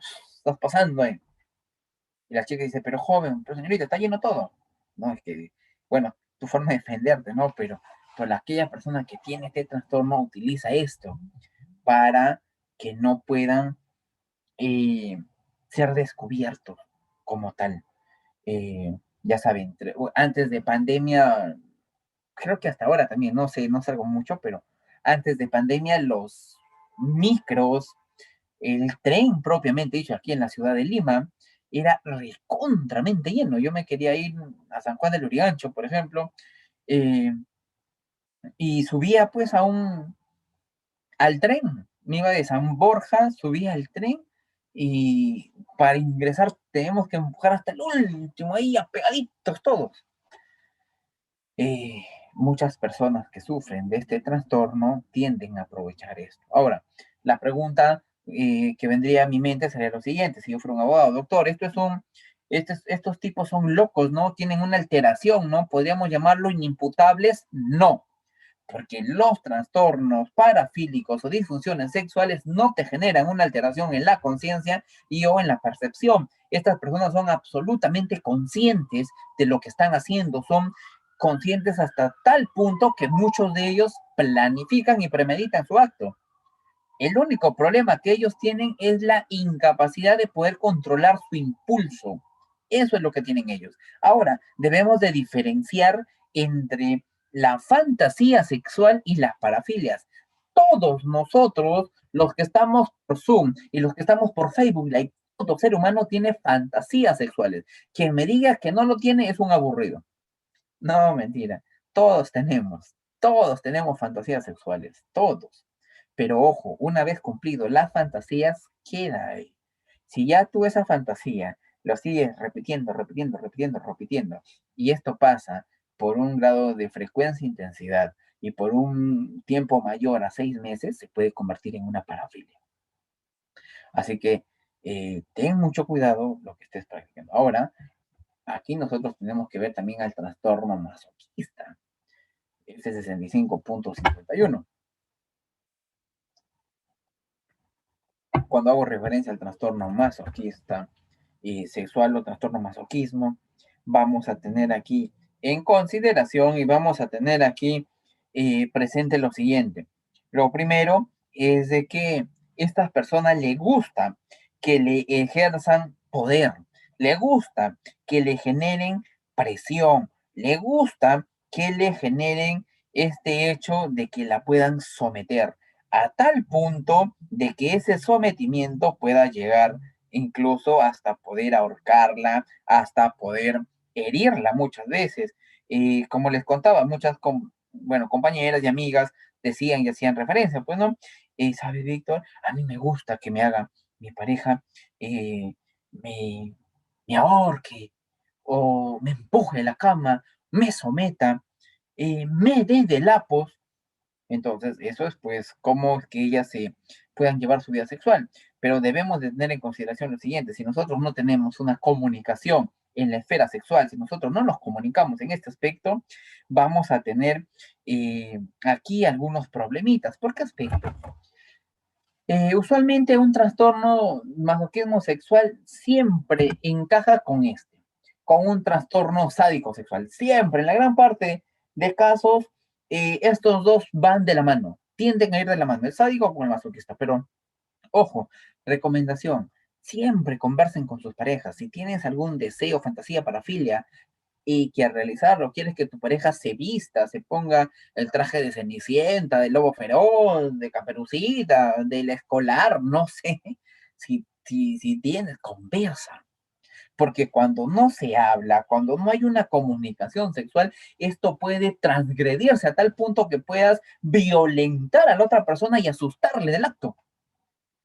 Una chica dice lo siguiente: doctor, yo salí con un chico, wow, él era un caballero, me esperaba fuera del trabajo, me recogía, a veces íbamos a comer, a veces yo le esperaba en su trabajo, porque él me estaba pretendiendo y a mí me gustaba. Un día nos fuimos a un bar, estábamos tomando un vino, vine otro vino, un traguito corto y nos encendimos y pues nos fuimos a un hotel. Estando en el hotel, yo llegamos, él me besó y lo primero que hizo, y el tipo es bien tierno, es tranquilo, es caballeroso, me decía. Pero cuando llegamos al hotel, lo primero que hizo, me agarró de aquí y ¡bum! Me tiró a la cama. Y yo me asusté, dije, ¿qué pasó? Se quitó la camisa, se vino delante de mí, me agarró fuerte en mis brazos y ¡plah! Me metió un lapo y me rompió la camisa. Y me agarró tan fuerte aquí que me estaba haciendo doler. Y yo me asusté mucho y empecé a llorar. Y él no se daba cuenta. Y cuando yo empecé a llorar más y ya casi a gritar, y me dijo, oye, ¿qué pasa? ¿Estás bien? Y lo empujé de la cama y le dice, lárgate, no te quiero ver, abusador. Se cambió la chica, bueno, solo se puso, ¿no?, su saco porque le había roto la camisa. Se puso su saco, alistó sus cosas y lo insultó y se fue. Y la chica, yo tuve miedo, me dijo. Claro, es que el tipo posiblemente pudo haber tenido un trastorno, era sádico, pues, ¿no? La forma de someter, de llevar, de infligir el poder al hecho, y tratar de enseñar o ver a la otra persona que quien manda en la parte sexual es él o ella. Por eso es que para esto se comunica. Para esto también, para el trastorno masoquista sexual. Mira, esto ha sido llevado y te explico mejor con este caso. Una pareja ya estaban por terminar, ya estaban por divorciarse. La chica, la mujer quedó bien, pero bien, bien, bien despechada por los hechos o por los sucesos que había pasado. Estaba recontramente despechada. A tal punto de mencionar lo siguiente: citó a su pareja y le dijo, mi amor, bueno, nos vamos a separar, está bien, tú te vas por tu lado, yo me voy por el mío, pero hagamos el amor una vez, ¿no? Bueno, tú no me vas a ver, yo tampoco a ti, entonces, entablemos, generemos, vamos a hacer chiqui chiqui chaca chaca. Entonces el pata, pues dijo, ni corto y perezoso, dijo, bueno, es la última vez, ya no te voy a hablar más, mañana nos divorciamos y se reparte a media, que esto que el otro. Mira cómo era mujer despechada. Le llevó al hotel y le dijo, ¿sabes qué, Roberto? Yo nunca te dije, pero yo tengo un deseo. Como hoy es nuestro último día de hacer el amor, de tocarnos y todo, por favor, quiero que hagas todo lo que yo te diga. Pues el tipo, pues no, ni por acá dijo, bueno, es su última vez, entonces ya, toma esta correa. Quiero que me pongas y mientras me penetras, quiero que jales. Y después me tires a la cama, me ahorques, me agarres fuerte del brazo. Quiero que seas tosco y brusco. El tipo ni por acá y empezó a generar esto y la chica empezó a tener todos los criterios de una masoquista, ¿no? Le decía, grítame, insúltame, golpéame, sométeme, genérame sufrimiento, ráscame, o sea, déjame huellas. Y al día siguiente la señorita fue a la policía, intento de violación, miren lo que me ha hecho. Y la denuncia generó y bueno, ya es un proceso penal. Entonces, hay que, para poder generar, vuelvo a repetir, todos tenemos fantasías. Fantasías con lugares, con personas, con cosas, con objetos, situaciones, en el parque, en el carro, en el tren, en la pileta, en la clase, lugares, posiciones, son fantasías. Pero si estas fantasías pasan o sobrepasan y generamos eh, frecuencia e intensidad en estos comportamientos, se puede volver un trastorno. Habíamos hablado del masoquismo y habíamos hablado acerca del sádico como tal. Ahora aquí tenemos otra característica muy importante, que es la pedofilia. Cuando hago referencia a la pedofilia, hay que tener en cuenta que es muy distinto con el pederasta. El pederasta es aquella persona que llega al acto. El pederasta es aquella persona que culmina lo que empezó. En cambio, el pedófilo no. El pedófilo simple y llanamente es aquella persona que tiende a tener fantasías y deseos por un menor de edad. Tiende a tener fantasías. Es más, este pedófilo busca trabajos que le acerquen a menores de edad. En un colegio, como conserje, vendedor de helados, trabaja en un parque, en un videojuego, en internet o en unas cabinas de internet. Busca llegar a los menores. Es más, hasta tiene ese acercamiento, se ríe, choca, le agarra la cabeza, el hombro, o sea, tiende, pero no pasa el acto coital, no llega. Eso es la línea fina que se rompe o que divide entre el pedófilo y el pederasta. Que el pedófilo, bueno, para ser pederasta empiezas como pedófilo, empiezas a tener esas fantasías, deseos irrefrenables. Ahora, también hay que tener en cuenta ciertos grados de diferencia. Para poder llamarse pedofilia, el sujeto pasivo del delito tiene que ser como mínimo, o bueno, tiene que tener menor de 13 años. Una señorita me llama, dice, doctor, estoy preocupado, mi novio es pedófilo. ¿Ah, sí? ¿Por qué? Ay, que tienes 40 y yo tengo 20. No, pues, ¿cómo me vas a decir que eso es pedófilo? No, eso no es pedofilia, eso es tu sugar daddy, que es muy distinto. Ahí no encaja la pedofilia, es tu sugar, pues, ¿no? Que ya que está de moda que Sugar Mami y Sugar Daddy, por cierto, no solo para hombres, no solo para las mujeres, sino también para los hombres, por cierto. Tenemos a los famosos Sugar, ¿no? ¿Qué nombre medio extraño que le han puesto, ¿no? Sugar Mami, Sugar Daddy. Pero bueno, el único fin de estos Sugar es poder, pues, generar un ingreso económico a causa de sexo o compañía, simplemente. Entonces, para esto, nosotros también tenemos que tener en cuenta el tiempo de diferencia entre edades. Lo segundo, tener en consideración que tiene que haber una diferencia de 5 años como tal para poder diagnosticarse, para poder mencionar que es una pedofilia. Ahora, y por último tenemos pues al fetichismo. Todos esos trastornos que hemos venido hablando, trastornos parafílicos y trastornos eh, de disfunciones sexuales, nosotros lo encontramos dentro de nuestros manuales, criterios de diagnóstico. Es ahí donde nosotros encontramos las parafilias, encontramos las disfunciones que nos van a ayudar a nosotros a poder determinar el perfil psicosexual de nuestro patrocinado de la persona. ¿Por qué analizamos esto? Porque eso está dentro, pues, del punto político criminal. ¿Qué planes existen para poder intervenir en casos de violencia familiar? ¿Qué programas hay desde el Ministerio de la Mujer, el Ministerio Público? Ya, estos programas tienen que estar inmersos a poder tanto al sujeto pasivo del delito o generar una intervención psicológica para que estos puedan tener pues un apoyo, sustento. Y también para la otra parte, bueno, ya estamos hablando, ¿no? Del centro penitenciario. El centro penitenciario tiene su propio programa de intervención para personas que cometen delitos. Bueno, cuando hablamos de fetichismo, hay que tener en cuenta de que el interés no es por las zonas genitales, no es por el pene, la vagina, los senos, el trasero, no, sino que son por cosas externas, tus pies, tu cabello, tu saliva, tu orines, una fruta, un animal, un lugar. Mira, ¿cuántos lugares?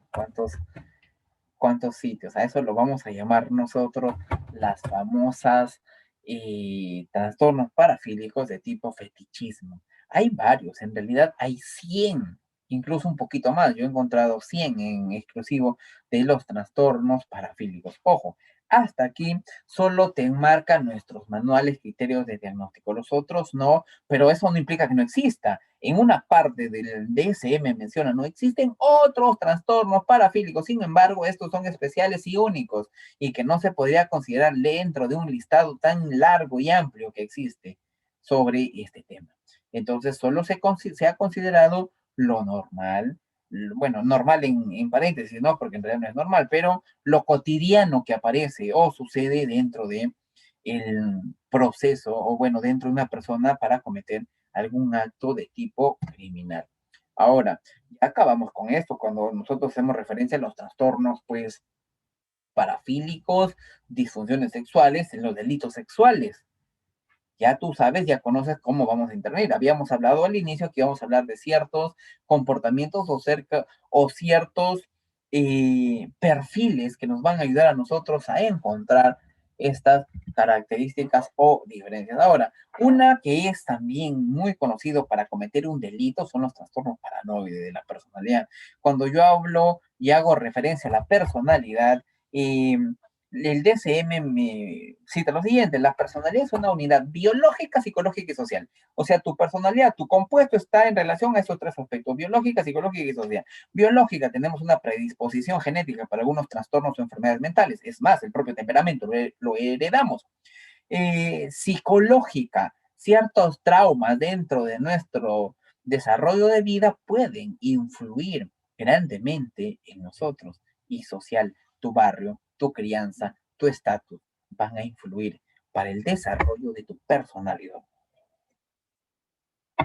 Ahora, cuando yo hago referencia a un trastorno, este es sinónimo de una anomalía, desorden, alteración.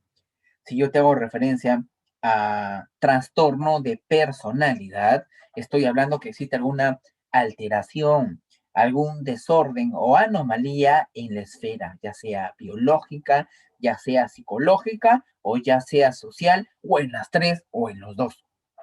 Esos son los trastornos de personalidad, que existe una alteración a nivel biológico, que existe una alteración posiblemente a nivel psicológico y a nivel social. Entonces, uno de los trastornos de la personalidad que están enmarcados y arraigados en cometer delitos es el trastorno paranoide. ¿Y qué tipo de delitos? Estamos hablando aquí del artículo 108b del Código Penal. Será reprimido de pena privativa de libertad no menor de 20 años al quien mata a una mujer por su sola condición de tal. En el siguiente contexto, ya sabes de qué delito estoy hablando, ¿no? Acerca del feminicidio, que término original hablamos del feminicide, que a cargo de Diana Russell se determinó, ¿no? Al homicidio se le quitó el homi, se le puso el femi, mujer, cidio, muerte, muerte una mujer por su sola condición de tal. Nació desde un punto antropológico, sociológico, político, esta terminología en los años 60, 70, con Diana Russell, pero sin embargo Lagarde empezó a modificarlo y lo determinó como feminicidio, que es la muerte de una mujer por su sola condición de tal. Aquí tendríamos que nosotros generar un análisis muy o a más profundidad para poder esclarecer si realmente las muertes que se viven hoy por feminicidio es neta y tan solamente por el hecho de ser mujer, nada más. Pero ojo, a mí el Código Penal, algo muy interesante que me enmarca son los contextos, que no se cierra, que me dice, no será reprimido con pena privativa de libertad no menor de 20 años a quien mata a una mujer en su sola condición de tal en los siguientes contextos. Ahí cambia la cosa, porque te dan contextos, te dan situaciones en el cual solo se va a tipificar para esos casos el feminicidio. Por eso es que el feminicidio es un delito especial.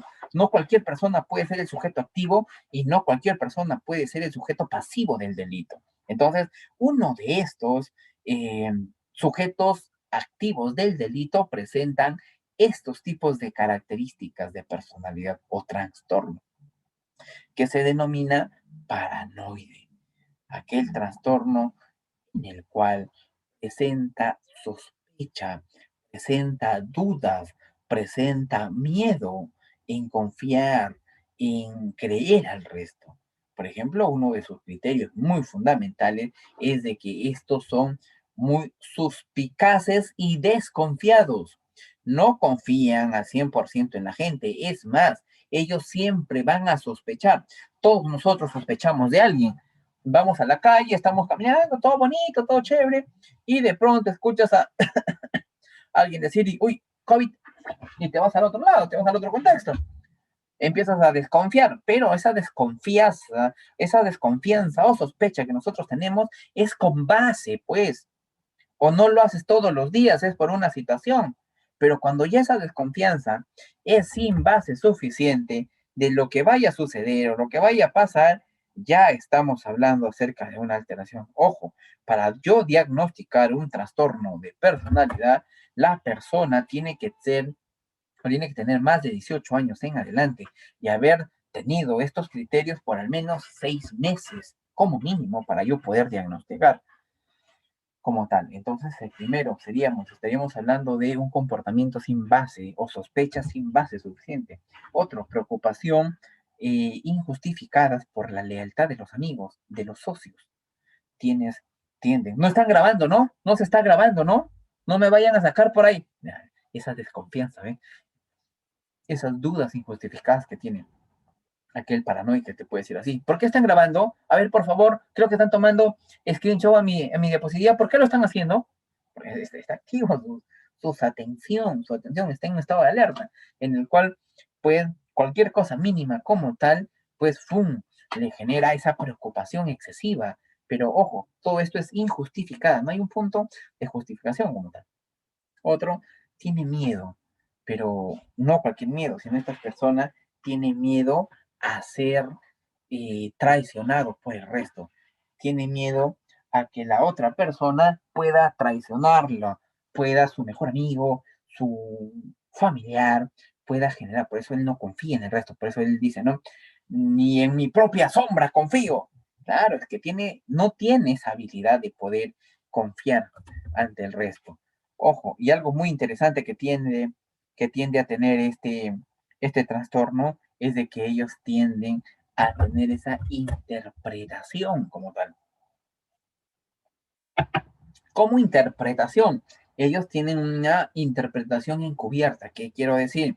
Que empiezan a interpretar tus palabras, tus posiciones, hasta la forma en la que los miras, lo interpretan como tal. Ojo, trátale mal a un paranoide, trátalo mal, dile algo, a ver, vas a ver, este tipo no se olvida, este te pone la cruz y empieza a albergar rencor, no, a ver, que se olvide un desplante, un paranoia imposible, estos son bien vengativos, estos tienden incluso hasta planificar para poder vengarse de ese desplante, por eso es que no olvidan injurias, insultos, desprecios, maltratos. Ellos no, los paranoicos no. Otro, ellos también tienden a percibir, tienden a sentir que otras personas lo quieren atacar, que otras personas lo van a atacar o lo están atacando. Por eso dice que percibe ataques a su persona o su reputación como tal. Piensa que todo el mundo va a hablar de ellos. Piensa que todo el mundo va a hablar de él. Por eso es que está ahí atento, está al margen, está ahorita qué van a decir, ahorita qué van a mencionar y está pues con todos sus instrumentos y estrategias para contraatacar. Ahora, te había dicho al inicio que El trastorno paranoide, uno de los delitos que éste puede cometer y que está perfilado a hacerlo, es el de feminicidio. Por eso es que él tiene sospecha injustificada por su pareja. A eso lo vamos a llamar el síndrome de la celotipia. Ellos tienen una desconfianza extrema y excesiva. No confían en sus parejas, a pesar de que sus parejas le hayan dado esa confianza, a pesar de que sus parejas le hayan dado ese grado de confianza para que ellos no duden como tal, ellos sospechan. No, me va a engañar. No, ¿a dónde vas? No, vamos juntos. No, no, no, no, no, no vas. No te pongas esa ropa, por favor. Después me voy a terminar peleando. No, no, yo tengo que defenderte. No, ¿por qué sales así? ¿Acaso quieres coquetear a alguien? No, no, no. ¿Por qué te pones los tacos? ¿Ah? ¿Acaso te vas a querer deslumbrar a alguien o me estás engañando? Ah, esas sospechas repetidas e injustificadas siempre lo tienen, porque cuando yo hablo de un trastorno de personalidad, usualmente su alteración y sus síntomas, bueno, en realidad no tienen síntomas, sus alteraciones y criterios se ven reflejadas a nivel cognitivo, a nivel emocional y a nivel comportamental. Se ven reflejadas en estas tres variables. Aquella persona que ha vivenciado o aquella persona que tiene un trastorno paranoide tiende una alteración a nivel cognitivo, porque sus pensamientos, por ejemplo, no, si se va me va a engañar, si se va me va a hacer daño, no puedo confiar en él. Pensamientos. El otro, miedo, tengo miedo a confiar en ellos, si yo confío me va a defraudar. El miedo es una emoción y los comportamientos se vuelve más paranoico, se vuelve, tiene una estado hiperalerta, está atento, está preparado para contraatacar, presenta ira. Mira, sus alteraciones en los tres niveles, a nivel cognitivo, a nivel emocional y a nivel comportamental. Eso es lo que nosotros tenemos que analizar como tal en estos tipos de casos. Ahora, pasamos al otro, que es muy común. Nosotros cuando hablábamos de estadística, hablábamos acerca del sicariato, hablábamos del homicidio, hablábamos eh, de ciertas tasas de criminalidad. ¿Y quién comete esto? Este trastorno, el trastorno antisocial de la personalidad. El trastorno antisocial es aquel trastorno que está en contra de la sociedad. Por eso es que se le llama pues antisocial. ¿Cómo antisocial, doctor? No es asocial, no, pues ¿cómo me vas a decir que es asocial? No, es antisocial. ¿Por qué antisocial? Anti está en contra, pues, en contra de la sociedad, pues por eso es antisocial, está en contra de la sociedad, está en contra de lo que te enmarque la sociedad. Si la sociedad te dice, Mariela Salazar, no pegues a tu esposo, por favor, ¿qué hace Mariela Salazar? Pega a su esposo. Si, si la sociedad, las normas, las reglas te dicen, no, Waldir, por favor, no cojas cosas que no son tuyas. ¿Qué hace Waldir? Coge cosas que no son de él. Si la sociedad me dice, Roxana, no se maneja en estado de ebriedad, ¿qué hace Roxana? Maneja en estado de ebriedad. ¿Qué es esta antisocial? Pues estás en contra de las normas y reglas o leyes que puede implantar la sociedad. Eso es un antisocial. A veces se confunde mucho el antisocial con el asocial. A veces cuando no quieres tú salir con los amigos, no quieres ir de fiesta, no quieres ir a reuniones, ¿qué te dicen? Hoy bien antisocial eres, ¿no? Te dicen. No, no es antisocial, es asocial. Aquella persona que no desea o no gusta de relacionarse con otras personas y prefiere su zona de confort. Ya eso es un asocial, no es antisocial. Por favor, ya sabes, ¿eh? Pobrecito que te escuche decir antisocial. Para esto nosotros debemos de tener estos criterios y debemos de conocerlos porque estas personas rompen las normas morales, rompen esas normas sociales, esas normas que te implanta la sociedad y te dice que no hagas, tú lo haces. Y normas que te dicen que no, no lo hagas, tú absolutamente no lo realizas. Y siempre llanamente, pues tú sigues y sigues cometiéndolo. Pues esto es el caso de los trastornos antisociales. Uno de los criterios como tal, primero, es esa dificultad que tienen ellos para poder adaptarse a las normas. O sea, ellos empiezan a hacer sus propias normas, ellos empiezan a implantar sus propios designios, qué hacer y qué no hacer. Por otro lado, tenemos, ¿no? El hecho de que ellos tienden a mentir repetidamente y usualmente tienden a tener un alias. ¿Cómo un alias?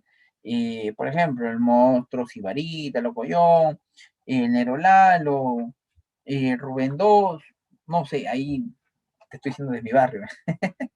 Hay alias o apodos que ellos tienen como tal. Y ojo, ellos tienen una capacidad bien de poder mentir y salir de estos problemas.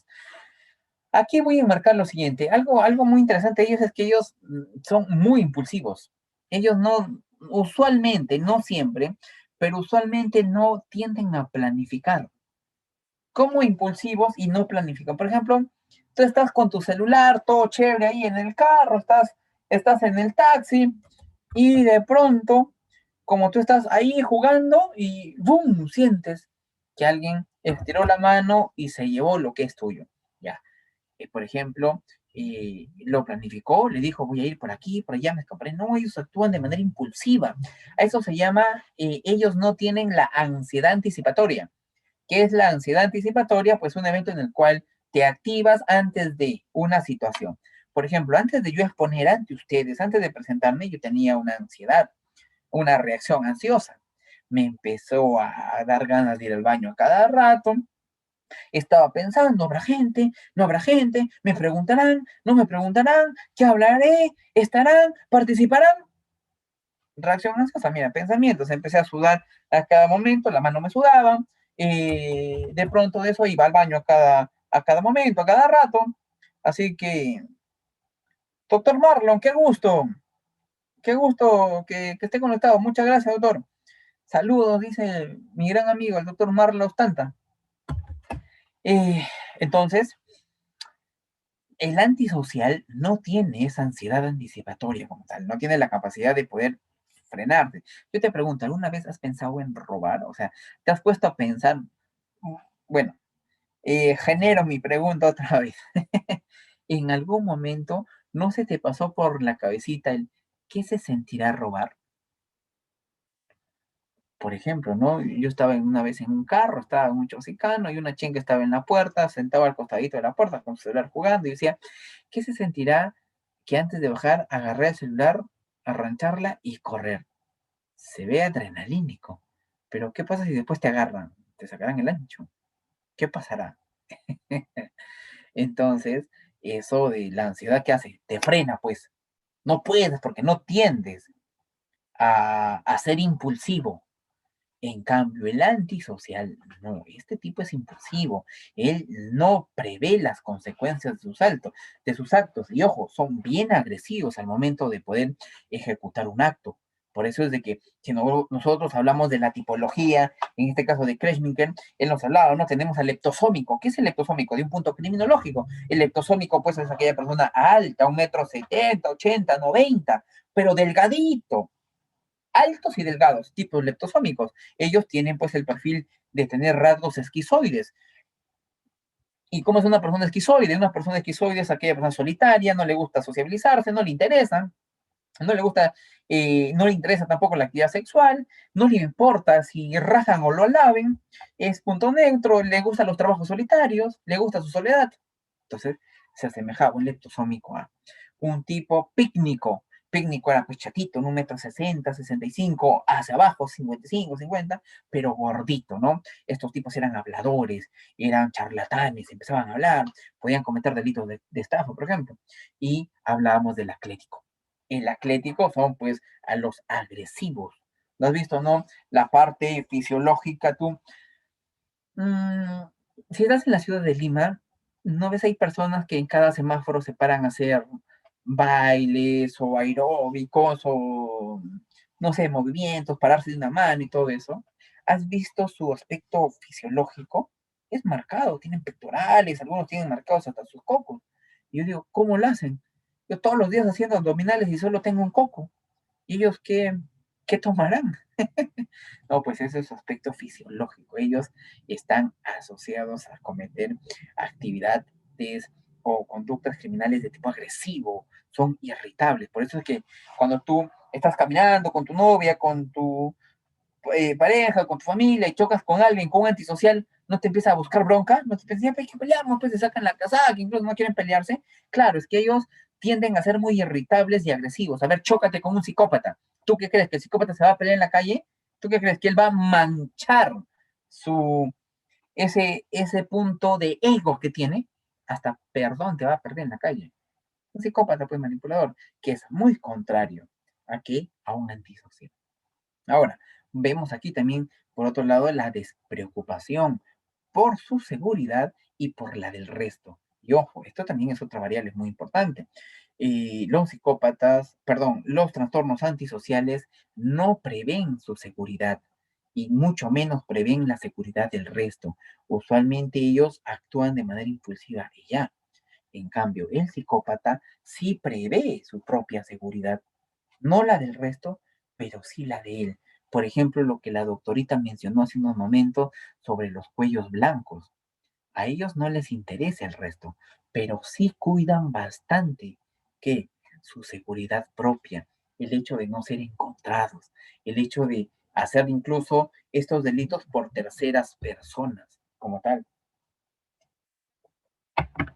Ahora, otra característica también que vamos a encontrar es que estas personas no tienen remordimiento con lo que vayan a realizar. No tienen remordimiento con lo que vayan a hacer ellos dentro de. O sea, si tú haces algo, me imagino que después te sientes triste, te sientes un poquito mal, dices, no, pucha, ¿cómo lo hice? ¿O qué hice? Te sientes mal, pues. Ya estas personas no tienden a tener esa capacidad de poder sentirse mal como tal. Y aquí podemos observar, mira, no planifican, actúan en grupos, empiezan a generar esa ferocidad al momento de ejecutar un acto de tipo criminal, empiezan a generar esa, esa agresividad para poder obtener algún tipo de objeto, que es muy distinto a un psicópata. Un psicópata tú nunca lo vas a ver desde este aspecto, nunca lo vas a ver así, robándote una cartera, robándote un celular. A un psicópata, estos tipos, si el antisocial te roba 1.000 soles, este te va a robar 100.000 soles. Si el antisocial te empieza a cogotear, a agredir, a violentar, este no, este te va a dar la mano, hasta te va a abrazar, te va a sobar la espaldita, te va a decir, sí, tú eres de confianza, te va a ganar, se va a ganar tu confianza hasta el punto de dejarte sin nada. Esa es la diferencia. Entonces, cuando hablamos de la criminalidad, en el punto de los cuellos blancos, encaja aquí esta característica como tal, esta característica psicopática, que lo vamos a dividir en estos tres aspectos. Primero, ellos presentan un encanto superficial. Ojo, mira cómo visten estas personas. No es por nada, no estoy a favor ni en contra de su vestimenta, cada uno se viste como quiere, pero si nosotros solo nos ponemos a analizar desde este aspecto, mira su vestimenta, mira cómo está vestido. Yo te pregunto, ¿un psicópata se vestirá así? ¿Un psicópata va? No. El psicópata lo primero que empieza a cuidar es su imagen corporal, su encanto, porque a partir de aquí vende, empieza a obtener lo que quiere, tiene ese encanto superficial. Ojo, otro, tiene rasgos narcisistas, tienen una autoestima muy inflada y tienden más allá de la mitomanía. ¿Qué es la mitomanía? Es poder creerse uno mismo su mentira para poder hacer creer al resto. Y es tan evidente y es tan convincente de que crean. Y dice, un psicópata te pide perdón en una pelea y a la semana te llega una denuncia de agresión por parte de él. Podría ser, ojo, el psicópata nunca se va a manchar las manos. Este tipo son tan hábiles y tan inteligentes que tienden a tener prioridades en la vida.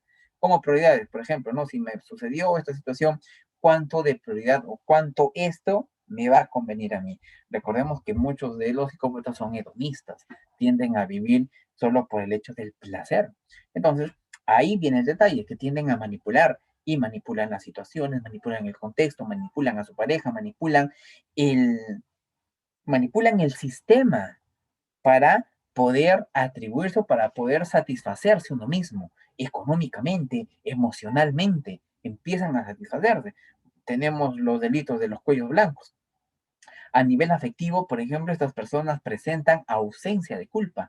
No, en cuestión teórica, sí saben qué es la culpa, sí saben qué es la emoción, sí saben qué es la empatía, pero ejecutarlo, pero generar o sentirlo, no presentan. Por eso es que ellos no pueden sentir lo que tú sientes. Bien raro, ¿no? Claro, pues que así es la psicología, pues así es el estudio del comportamiento de una persona. Otro, presentan incapacidad para poder ser responsables de los actos. Usualmente ellos tienden a tener la capacidad de poder transferirte su problema o de victimizarte y echarte la culpa. Y son tan convincentes y son tan, pero tan reales que tú terminas echándote la culpa y creyendo que la culpa fue tuya. Pues, sin embargo, él fue quien hizo todo. A nivel comportamental son irresponsables. Obviamente que ellos no van a ser, eh, no van a tomar responsabilidad de las cosas que hayan hecho. Otros siempre buscan excitación. Un psicópata nunca va a estar en un lugar tranquilo, callado, tranquilito, no, sino siempre está en busca de actividad como tal. Otro, tienden a tener metas irreales y por último, tienden a vivir a costa de otras personas. ¿Cómo se llama esto? Un ser parasitario.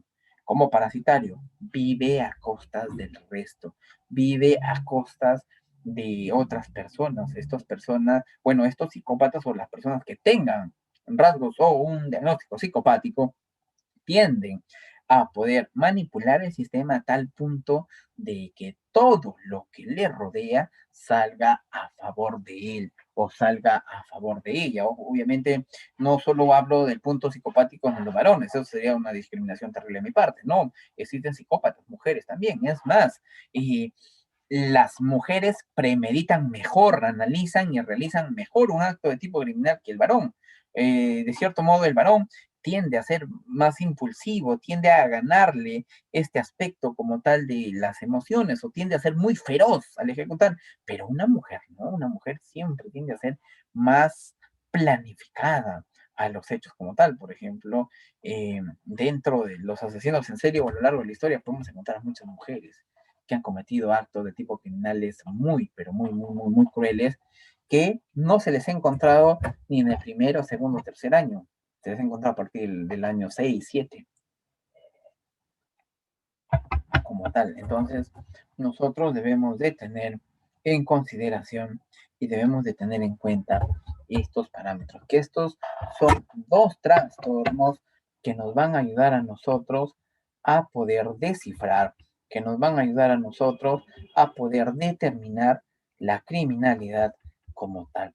Nos van a ayudar a poder a nosotros intervenir en este aspecto criminológico de la violencia como tal. Por ejemplo, tenemos aquí a estos personajes, recordemos aquí a la gata.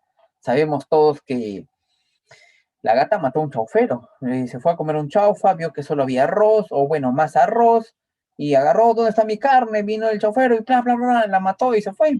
Solo porque el pollo, bueno, el chaufa no tenía pollo. Y a causa de eso, gracias a la gata, ya los chaufas dan más pollo, por ejemplo. Tenemos por acá a Gringallo, ¿no? A la novia de Gringallo, cómo es que planificaban para poder generar estos actos de tipos criminales.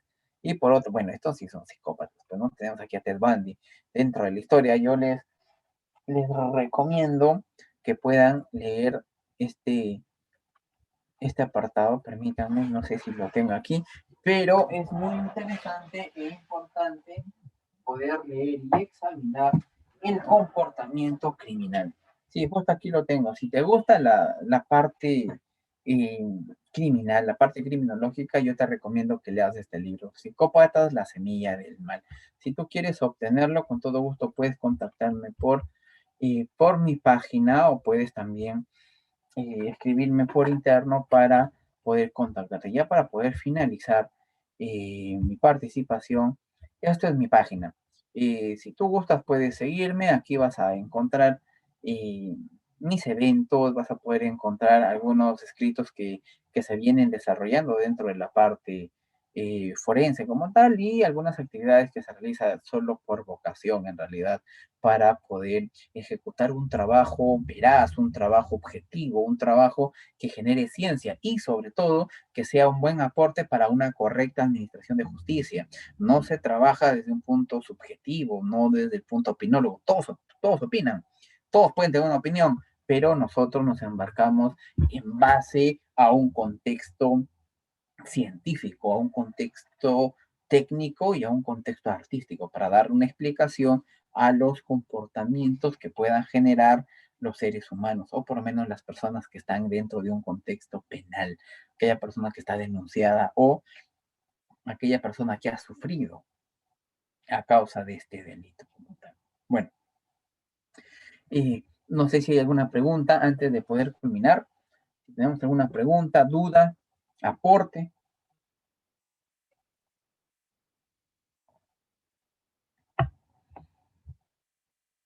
A ver, vamos por aquí, la doctorita.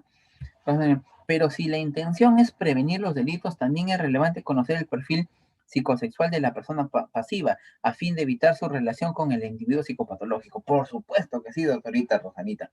No solo, mira, y no solo saber el perfil psicosexual, sino también el perfil de personalidad. Yo digo lo siguiente, entre enfermitos se juntan. Suena raro, a veces suena un poquito feíto, pero entre enfermitos, ¿por qué? Porque si la chica tiene una psicopatología, como por ejemplo trastorno dependiente, y es sumisa, obviamente va a atraer a personas que son lo contrario a esta, agresivos, como por ejemplo el antisocial que hemos visto, y de cierto modo se enganchan tan perfectamente que dicen, no, este es amor del bueno, y no se puede romper, después se enganchan tanto de que empiezan a aguantar. Él le pega aquí, ella se deja, ella la justifica, o hay momentos donde ella también le agrede a él, y así sucesivamente. Y viene la primera bendición, la segunda y tercera, y no cambia la persona como tal. Por eso, para poder conocer a plenitud, o por lo menos para poder intervenir o prevenir, debemos de atacar las dos partes, tanto el sujeto activo como el sujeto pasivo. Recordemos de que todo esto se va a originar en la infancia y en la infancia, lastimosamente, por un mal estilo de paternidad, se empiezan a generar comportamientos inadecuados, comportamientos desadaptativos al medio, que generan, pues, en la actualidad denuncias como la que hemos visto, violencia, delitos sexuales, sicariatos y todas las que hemos podido observar. ¿Alguna otra pregunta? Ahora, antes de... Doctor, una pregunta. Sí, sí, doctor, con todo gusto. Una persona que ultraja a una menor de edad, fuese o un menor de edad, ¿se podría considerar psicópata? Mm,